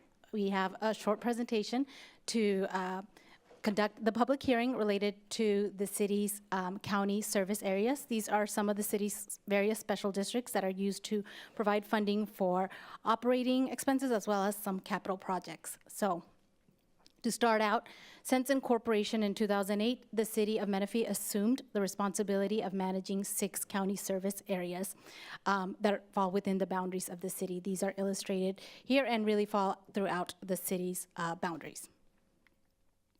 It's important to note those boundaries are stagnant. They do not increase. They're kind of frozen in time because they were formed prior to the city incorporating, but they do provide dedicated revenue sources for the city to provide crucial funding for maintaining, servicing, cleaning, repairing, and replacing landscape areas in public right-of-way, street lights, and in the case of 2 of our CSAs, CSA 145 and CSA 86, they also provide some additional enhanced services like recreation services, street maintenance, and or law enforcement. In addition to that, the county service areas also provide administrative or revenues to provide the administration of these special districts. In total, for 25-26, they will be providing just under $2 million of assessments to support the various maintenance and kind of capital projects that have been included as part of the adopted budget. So while the budget process was going on throughout the year, the special districts, including the CSAs, were kind of moving along in the same trajectory. Part of the development of the operating and capital budget is looking at things like the CSAs for opportunities to use those revenues to support, again, the operating and capital budget. The public hearings that is being conducted today is an administrative procedural process that concludes that. So here, this chart summarizes the 6 CSAs that the city currently administers. Principally, they are funding streetlights, including the debt service or the repayment of the streetlights retrofit project that was completed in 2015. And then again, in the case of CSA 86, they also provide road maintenance and law enforcement support, and in CSA 145, parks and recreation services. So the process in itself can really be broken down into 5 kind of quick steps. The CSA budget development follows along with the rest of the city's budget. Then there is a resolution of intention that is presented to start the kind of the formal process. That was conducted on June 4th as a consent item. And then today we are holding the public hearing ordering the levy of the CSAs. Once adopted, we will move forward with finalizing the enrollment packet, working with our special tax consulting, and having these submitted to the county by beginning of August. And then the city collects this as part of kind of our property taxes schedule. The city is required to formally include a resolution, which is why we're here today, confirming the special tax assessments that are being levied each year. By continuing to administer and enroll these assessments for each CSA, the city is able to continue to provide and maintain the services of the properties within the CSA. So the recommended action today is to conduct a public hearing and adopt a resolution ordering the levy and collection of charges for fiscal year 25-26 for the city CSAs. Staff is available for any questions. Thank you. Thank you, Mrs. Cornejo. We appreciate your presentation. Council, do we have any questions? Councilman Diedrich? Am I able to ask a specific question about CSA 86 in particular? Yes. So 86 is a little bit different from the others in that it includes law enforcement, right? Can you speak a little bit as to what CSA 86 is supposed to be receiving in regards to law enforcement? Yes. So CSA 86 collects just over $300,000 in assessments, which is used again to pay street maintenance costs, as well as the debt service for the about 146 lights that were retrofitted as part of the LED and the electricity cost.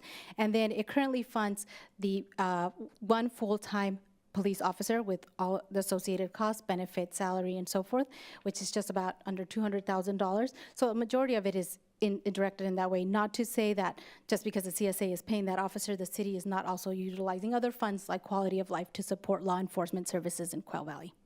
Is it one or two officers? It is one officer. It's one officer. It's always been one officer? Yes, it has been one officer. Okay. And is that a dedicated officer for that region, or? So it is funded as one dedicated officer, but I would defer to our police department to kind of talk about the services as they're being delivered. Please, thank you.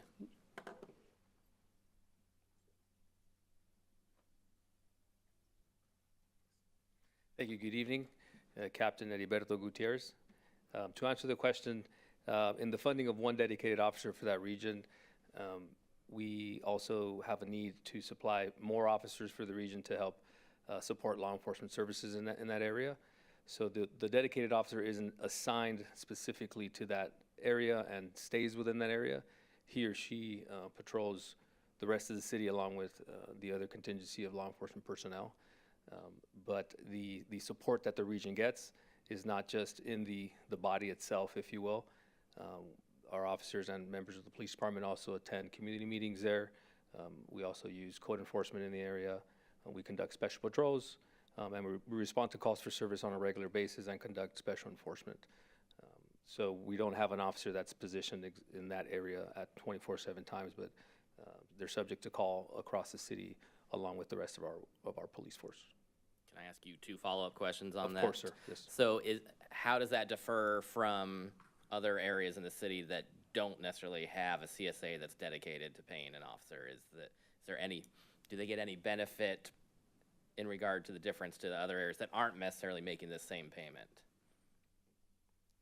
Well, the other areas get the benefit of that one officer that's funded specifically by the CSA, but then the Quail Valley community gets the benefit of the other sworn police department members. So I guess I'm just asking, so every other resident in the city other than within CSA 86 gets police support, right? But correct. The residents in CSA 86 are paying a fund specifically to get police enforcement. And I'm asking, is there any difference within the 86 versus outside of 86 in that regard? I don't believe there's any difference in the service that everybody gets. No. Okay, and then my second question was, when it was county before, when it was sheriff, right, prior, did they have a dedicated officer that was within that region and was dedicated to that area, or was it the same, similar to how we're providing service where it's more global, but they are obviously servicing that area? Do you know you might not know the answer to that. Yeah, I do not know the answer specific to how the county ran the law enforcement services prior to our existence. Okay, thank you. Yes, sir. A follow-up on that, Councilman Diedrich, and this is for staff on CSA 86. I remember asking something a little bit similar to that in the past, and I remember we had someone mention that Quail Valley gets the benefit of getting an extra POP team. I think that's what the terminology I heard was, but don't quote me on that. It was a while ago. But, I would like to see some type of metric to provide the CSA because they're paying into that fund for that specific cause. And so if that's what they're expecting, you know, I would, if I was as a constituent, I would love to see, you know, those numbers. But then as, you know, as a city, how does that work? Are we not fulfilling the purpose of the CSA if the language mentions a dedicated officer to the CSA? And, you know, can we have some clarification on how that works? Or go ahead, sir, City Manager Villa. Yeah, it's you know, we did looked into this right around 2020. We had similar concerns by residents out there, and we did do an audit of CSA 86. I think Margarita remembers that audit. Shane, you did that audit for us too. And then, you know, the formation of the CSA goes back to the 1970s, right? And at that time, there was hardly any development in this area, and those residents were interested in getting more law enforcement protection from the sheriff. So when it was formed, that was the basis for the formation, is to be able for them to get more dedicated sheriff's officer. And obviously through the 80s and through the 90s, as the city or the area evolved, the county sheriff contract and still respected that. But I don't know that we have any conclusive evidence that they had a dedicated person within the boundaries of the CSA all the time. Because, and then because of our contract with the sheriff at that time, is we did have access to about 125 hours of service. We never knew where they were, right? They were always giving us protection, but they were always moving and mobile. So we could never establish whether they had a dedicated sheriff officer 24/7 within the boundaries of the CSA.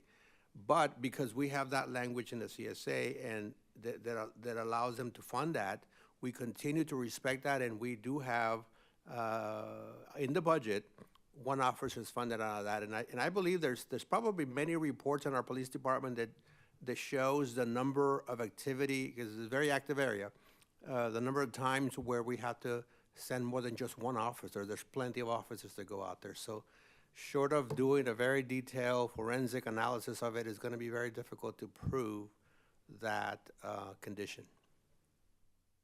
I hope I didn't confuse you even more. Yeah, thank you. Councilman Diedrich, do you have any other thing to add? I don't. There seems to be an equity issue here of no other residents in the city are paying the specific fee for police funding. And so it would just seem that they should be receiving something above and beyond what the rest of the city is, since no other residents are having to pay that kind of fee for that. So I know you've already done an audit, but if there's some way we can get some kind of clarification or some kind of metrics for that, that would be appreciated, so that the residents could know that they're getting what they're paying for. May I, sir? Yes, sir. With respect to just a few numbers, if you will, and metrics, I can go over just some few bullet points that I prepared for today that have to do with the amount of times that we're in the region. As an example, I can say that within the last 30 days, our officers have responded to 157 calls for service in that specific area. They've conducted 18 proactive contacts or stops, and they've responded to 2 traffic collisions. These are all incidents that have occurred within the last 30 days, all of which require a 2-officer response at a minimum. Over the last 90 days, I can tell you that our officers have responded to 413 calls for service in that area, conducted 49 proactive stops or interactions, and investigated 6 traffic collisions. Once again, multiple officers for all of these events. We're also conducting these law enforcement services 24 hours a day, which require at least 2 patrol shifts or 2 officers on rotation, if you will.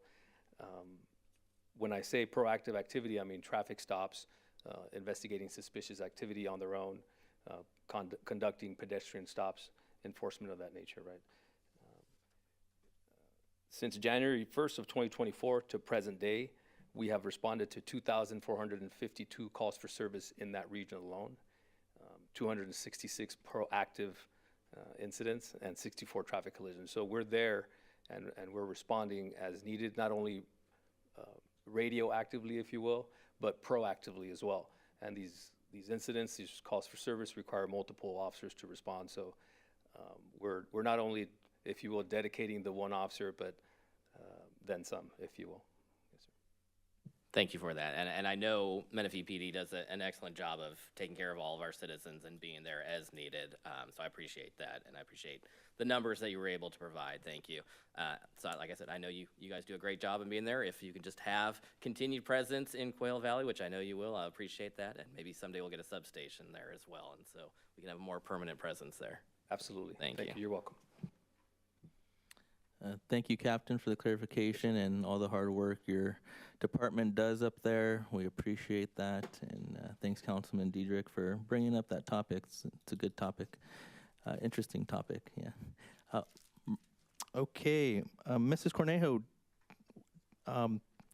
okay, you made your presentation. Now we're on council questions. Any other council members in the queue? I see none. Okay. I'll go ahead and open up the public hearing now at 9:04. Madam Clerk, can you confirm this public hearing was legally noticed and if any correspondence has been received? This was legally noticed and no correspondence has been received. Okay, do we have any requests to speak here? There are no requests. Thank you. I'll close the public hearing at 9:04. Council, any other comments? Seeing none, can I get a motion and a second to approve the recommended action as presented? So moved.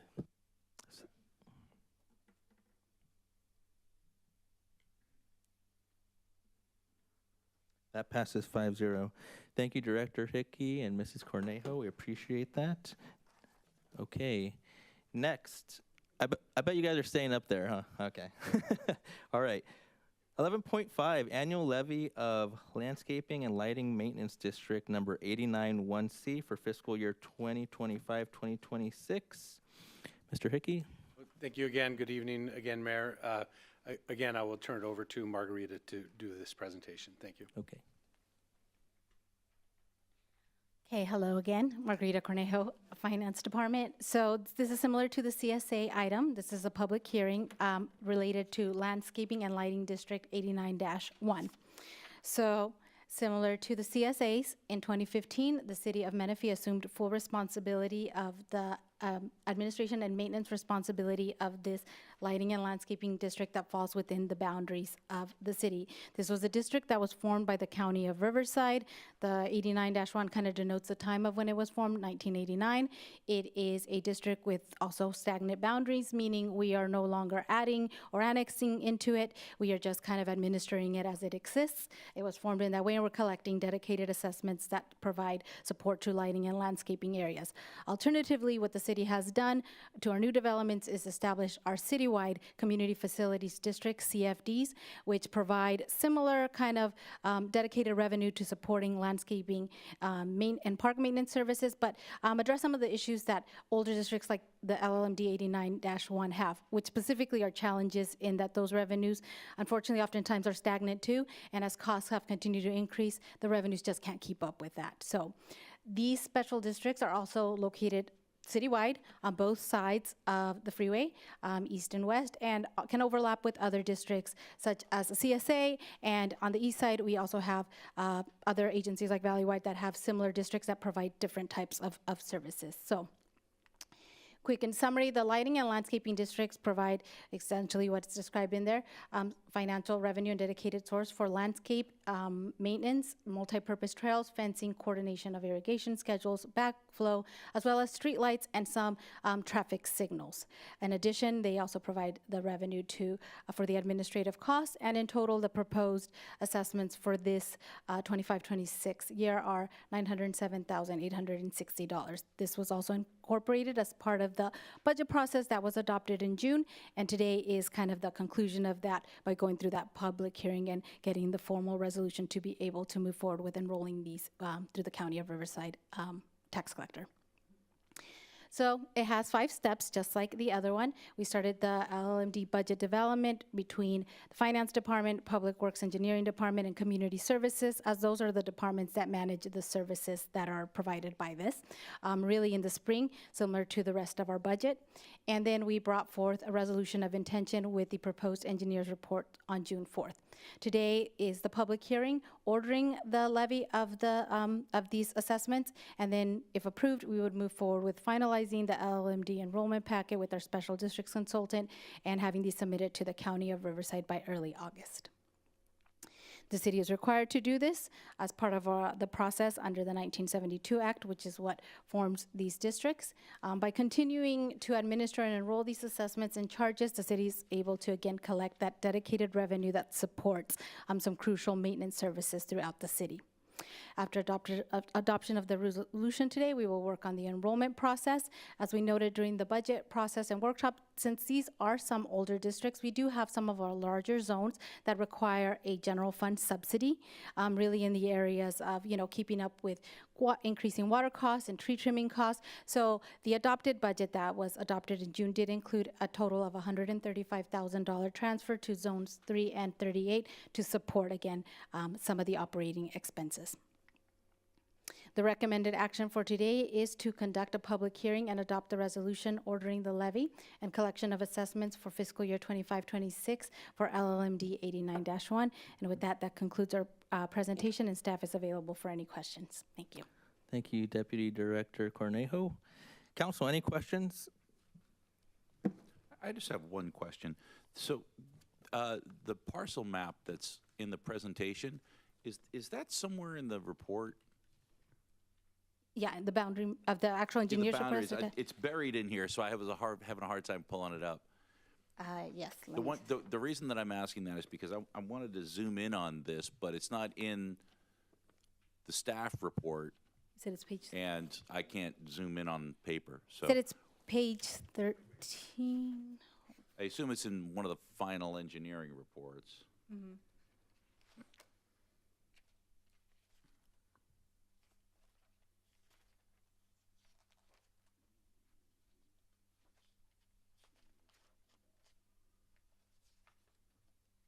It pleases me that it's Shane's report and he can't find it either.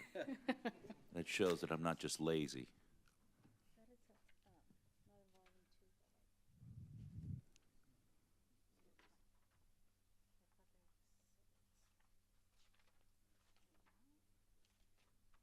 There's all kinds of tables and appendices, but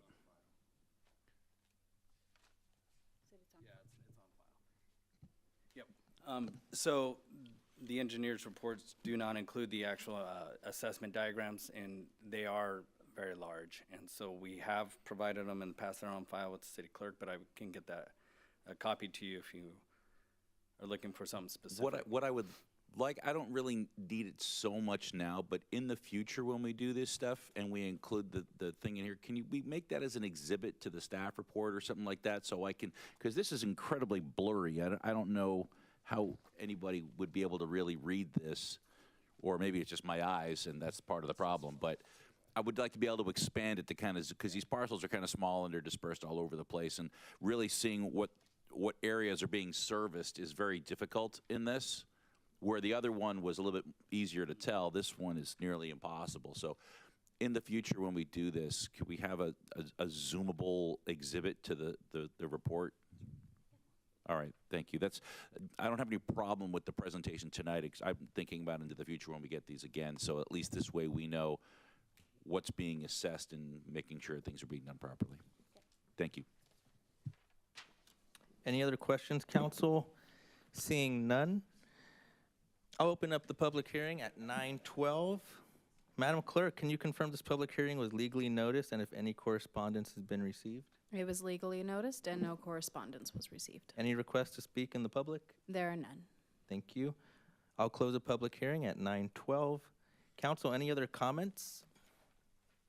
Hearing none, could I get a motion and a second to approve the recommended action as presented?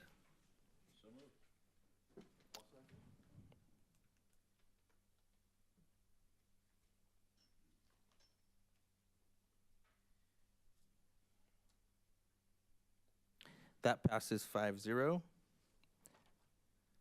Thank you, Finance team.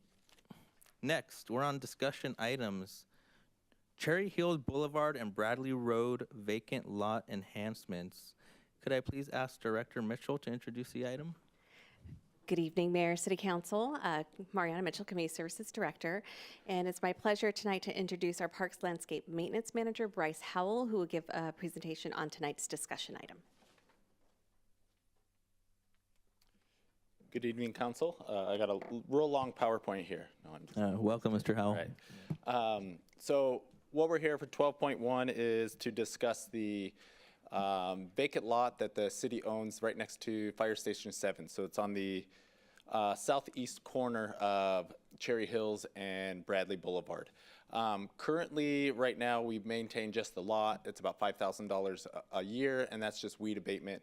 If you go by it right now, there are some tumbleweeds. It's due within the next 2 weeks to be maintained, but so it's 4 times a year that we take care of the weeds there, and then internally work with our Public Works Department. And once it gets mowed, we put a pre-emergent down to actually help with that. So weed abatement was that. Now it's just a dirt lot that's there that does that. So it is a just under 6 acre lot that's there. Currently, there is a small area that is being staged on it for, it's going to be the future park ranger station that will be at Audie Murphy Park. And then at the end of this month, on the 28th, it'll start being staged for the Bradley Bridge that is construction that's going underway. And that'll be for about 14 months. So that can be up until next September, but that's about 56,000 square feet of that. So it's about a little over an acre of the 6 acres that are going to be used and fenced off. There will be a trailer and staging for the bridge there. In this lot, so back in November, we were asked for a future agenda item to bring back what we could do with that lot in the meantime. So that lot is scheduled to be programmed for the Menifee Police and Public Works Maintenance Operation Yard in the near future when that is there. But until that is built, we need it was asked if we can figure something out that we can do with it so it's not just an empty lot that's there. So staff put some numbers together that we can use just so we're aware of it, and that would be a general fund that would have to use for that lot because of the location of it. It's not a CFD area or anything like that. So there are different options that are in there, as you can see on this table that's there. There is a parking lot. It can possibly be up to barrier with landscapes around it, or even some kind of open space or parkway or anything like that. So what staff is asking for recommendation are just a direction from council is what council would like to do with that. And I could answer any of these questions that are going on there if we wanted to put just a chain link fence around it with a barrier, or if we even wanted to do a block wall that's around it. And that's where those costs that are up there, anywhere from $90,000 to $700,000, depending on what we do. We could do landscape, irrigation, but whatever we do put there, just we need to keep in mind that there is going to be something that's going to be built there in the future, the police department that will be there. So if we're putting something, a park or anything like that, it may be good for the residents for a few years, but it would be taken away because building would be there. So that is what we had for, I'll leave that table up there for that lot and see if you guys have any questions for us. Thank you, Mr. Howell. Parks Manager Howell. City Council, do we have any questions for staff at this time? Okay, Councilman Temple. Yeah, what's the estimated time that this will be vacant until the police department is started? Guesstimate. Something. Just curious. Over 5 years, I'd say. Over 5 years? Less than 10? Possibly. Okay. 5 to 10? Yeah. Okay. Thanks. Does that, I know that lot was formerly the King's Inn. Correct. Is there irrigation line in there? Like, was it grass before? I don't know how much of that lot was used for the King's Inn. No, so we'd have to reconnect. There'd have to be utility. We'd have to connect in the street that's currently there, so. But there is a nearby, it's not like the there is utilities at the skate street park where we had to figure out where to get the water from. Yeah, there's utilities at the street, just like the fire station. There's the businesses that are all around there. So on Bradley Road, there is utilities. From a municipal law standpoint, is there a minimum improvement we can undertake that doesn't require us to outfit it full ADA? Like, if we just made it grass, but didn't do park improvements, like didn't make it an actual park, does that undertaking require us to do all those improvements? I don't know. I would need to get back to you on that. I just don't know the answer to that. I don't know how little we can do before we trigger ADA requirements. Yeah, because I'll just say, and I'll say this for discussion, but I think when I brought this up as a future agenda item, what I asked for was beautification, not so much turning it into a city facility. So I wanted to know what we could do to make it so it doesn't look like an abandoned lot without having to build it into some sort of temporary facility. So that'd be a question that I have. Those are all the technical questions I have. Thank you, Mayor Pro Tem. I see no other questions in the queue. Madam Clerk, do we have any requests to speak? There are none. Thank you, Madam Clerk Rosine. Okay, Council, this is our time to discuss. Well, I'll go first since this was my item. I've had people issuing complaints to me about dirt blowing off the lot and things like that, and how it's just kind of a giant dead space in the middle of Sun City. And I don't think it's $1.5 million for a temporary park is insane. And that's not at all what I had in mind. I always think about just some sort of landscaping or something so it doesn't look like something was there and it's gone. I mean, we could put maybe a movie theater there or something. Krikorian coming soon sign in the middle, so it matches the one on Newport. But what I was looking for was suggestions to just kind of, so when people drive by it, they don't go, oh, what's happening to Sun City? It looks like, it makes it look like Sun City's on the way down rather than on the way up. And I'm trying to find some sort of balance we could do, whether it's planting hedges out there. And I was just, my idea, frankly, was just to grass it and just have it be a grass open space. That's not really a park, but I don't know if that would trigger city facility law and things like that. That's mainly what I was concerned about. Putting up fencing and doing all and benches and bathrooms and all that stuff, not at all what I had in mind. It's something that when you drive by, you go, oh, that looks nice, and keep going. Is there anything that was considered that falls in that? Because I didn't see that in the chart. So if you, depending on, I mean, it could be up to the 1.5 million. And we got that price from, we're in the process of designing and getting all our estimates for a 2.5 acre park, which is around that price. Now that's going to have a couple more amenities in it. You know, that it's not the 6 acres, but that's with irrigation, planting, sidewalks that we'd have to do for ADA that would get to that 1.5.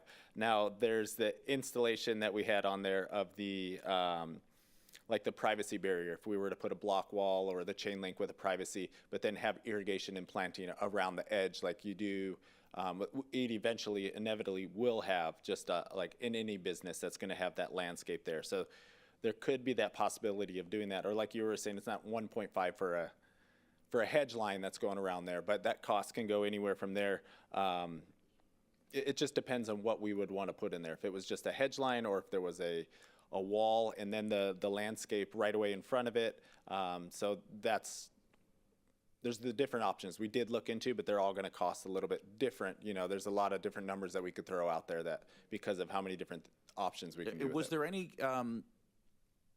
analysis done about using the property for like food trucks or something? I mean, I know we already do Foodie Fridays. We don't want to do 2 competing events like that, but some sort of community event. I mean, it just seems like such a waste to have this giant property there for 10 years and never just rot. Yeah, so I do believe we had previous conversations about potentially using it as an event space like food trucks. But again, there was a question about whether or not it would be in competition with the businesses currently at the Cherry Hills Plaza. And then also the additional amenities with food trucks will require restrooms and other things that, you know, having people on site would require. And so I don't think the plans were something that we could implement as quickly as Right. we'd like. So what I would like to see, and I'll defer to the rest of council, I don't know if anybody even really cares, but I would like to see more of a landscaping analysis rather than a facility construction analysis.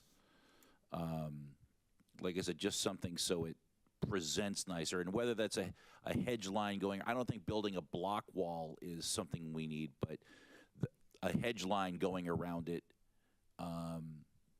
would be better. It would keep the dirt in the lot.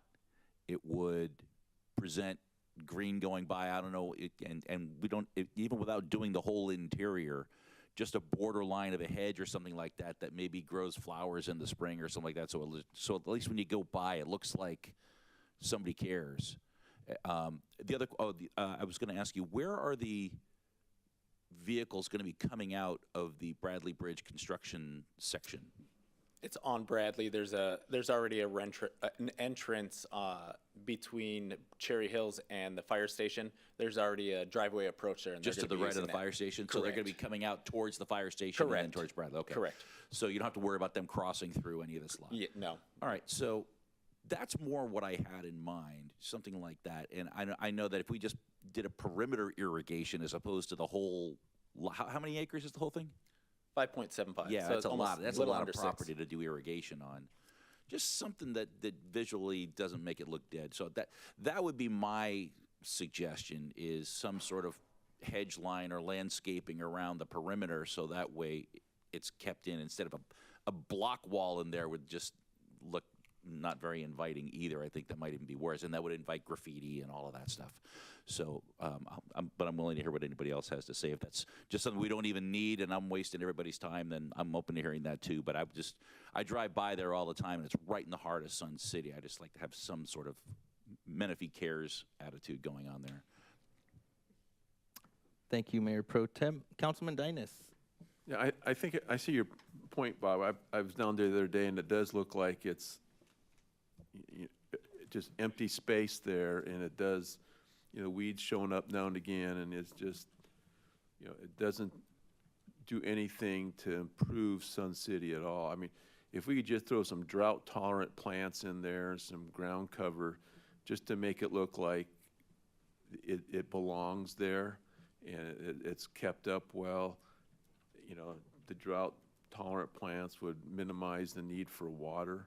Something like that to show that it beautifies that area, and I think our residents deserve that. It's a small gesture, I think, not that expensive to do. And I think that would be a great idea. Low maintenance, beautification. It's going to be there for a long time. Who wants to sit and look at that for a very long time? We have that in District 4. There's a lot of empty spaces out there, and they're starting to get filled up. But in the meantime, the weeds grow and they come down. After a while, they get hacked down. But it'd be nice to have that as part. Look out your drive by to the store or something, see something, that shows that Menifee does care. That's a good point. Are you guys talking about the entire lot, or are you talking about the perimeter with the landscape when you guys are saying throwing the drought tolerant? Well, I think that would partially depend on what the city attorney finds out about. At what point does that trigger the facilities laws that we have to accommodate? Obviously, I'm a big proponent of accessibility, but we're not talking about a place designed to be utilized. It's just as to be seen as going by. I mean, cover the whole lot with gravel. I mean, anything is better than the way it is. But whether it's starting with just a perimeter something, and maybe do something, if we can do some things in the inside, that would be nice, because people are going to go in there anyway, whether we tell them to or not.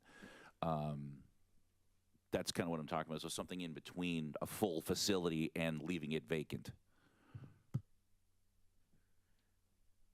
Mayor Pro Tem Carwin, yeah, you bring up a good point. I would love to see some type of beautification. It is not the brightest part of Sun City. I love that shopping center. And to a good point, good point you made, the 1.5 making such a large investment when it's going to be torn out anyway for a big project doesn't make sense. I think we should maybe look at maybe the whole lot instead of maybe just the perimeter. If we're going to do something, let's do something. I don't think, just the perimeter by the sidewalk would do it. But yeah, I am interested to see what the cost would be, what the technicalities are of having an entire beautified lot, that square footage, and for the public to make it accessible. It just hit me 2 seconds ago, and I don't know if this is a economic development question or if it's a legal question. Could we have a Foodie Friday? Could we utilize that lot and, bring Foodie Friday different locations? Is that within our purview to do that? If I can jump in for a little bit. Yes. Foodie Fridays is a partnership between economic development and Made Local, which is a business, and MSJC. So that partnership is intended to kind of bring attention to the local colleges. So that would, to move Foodie Friday in that way, would have to renegotiate with both the vendors and MSJC as a whole. So. Yeah, I'd like to see some items presented that council members Dynas and Mayor Pro Tem mentioned. I guess give us the full spec, an option with the peripheral of it, an option with the entire lot, and an option if we can use a food market to bring more attention to Sun City and highlight that scenario as well. I'd be interested in all three scenarios. So I do think we have a little bit of time, considering that the lot's going to be used for staging for Bradley Bridge. So we can definitely seek out the answers to the questions about what triggers ADA and what the potential use of that lot could be, and even vet it through our Parks, Recreation, and Trails Commission before bringing it back to City Council for consideration. Because of course it would also, depending upon the decision, whether or not there's budget appropriations that need to take place as well. So we definitely have a little bit of time to bring this item back. One last thing, that we need to remember, that this is city-owned property. I think we need to do better than most property owners in the city. If we own it, it needs to look respectable, not just an empty lot. I would add that to it. Thank you, council. I don't see any other council members in the queue at this time. Okay. Next, Madam Clerk, any requests to, I'm sorry, we already did that, huh? Okay, long night, it's 9:30, okay. All righty, well, we have some direction for staff, and thank you, Mr. Howell and Mrs. Mitchell, for that. Next, we'll move on to item 13, City Attorney reports. City Attorney Melching, do you have anything to report? Nope, not gonna break my streak. Thank you, City Attorney Melching. City Manager Villa? No, Mayor, I'm too tired to bring anything up. All right. Thank you, City Manager Villa. Okay, next, future agenda requests from council members. Okay, I have two. The first one, it kind of ties along to what you brought up, a vacant parcel of land that the city owns. And Councilman Diedrich, it's in your district. It's along Getz Road and Juanita. The city owns a parcel of land there. And I understand it was gifted to us by the county for a public good. I was wondering if we can send that to the Parks Commission to vet it, to create some ideas for us. Mayor, is that the land that is holding what it looks like storage area, maybe a pole, some poles? Yeah, there are some, the city is, I believe it's the city. Yeah, it's our land, has some light poles, and I see a school crossing sign there. And, I'd like to have the Parks Commission share some of their ideas and vision for what it could be one day. I'd second that. Okay, thank you, Councilman Temple. And the second item I wanted to bring up was, we talk about parks making life better. And we hear from our residents all the time about the value of open space and more parks. I was wondering if we can have a discussion And I'm open to the council's suggestion if we should discuss it or send it to the Parks Commission to vet, increasing our park acreage requirements or Quimby fees from the developers. Thoughts? Is that something that's set by law, or is it set by us? If it's set by law, it's set by you within parameters that are set by law. So my humble suggestion to you is that if you want to hear a presentation about options, that you first agendize it for council consideration, and then I can present you with what options are available to you under the law. If you like that, I'll second it. Okay, that would provide us an opportunity to decide if we can increase the Quimby or parks requirements from the developments? Exactly. Okay. Okay, Mayor Pro Tem, do I have a second? Yep. Okay, thank you. Okay, great. We're talking about parks, a lot to finish up this meeting. Parks definitely make life better here in Menifee, so I'm glad we're putting iron down on that. Thank you, council. I see no more requests. I'll go ahead and adjourn this meeting at 9:34. Good night, Menifee.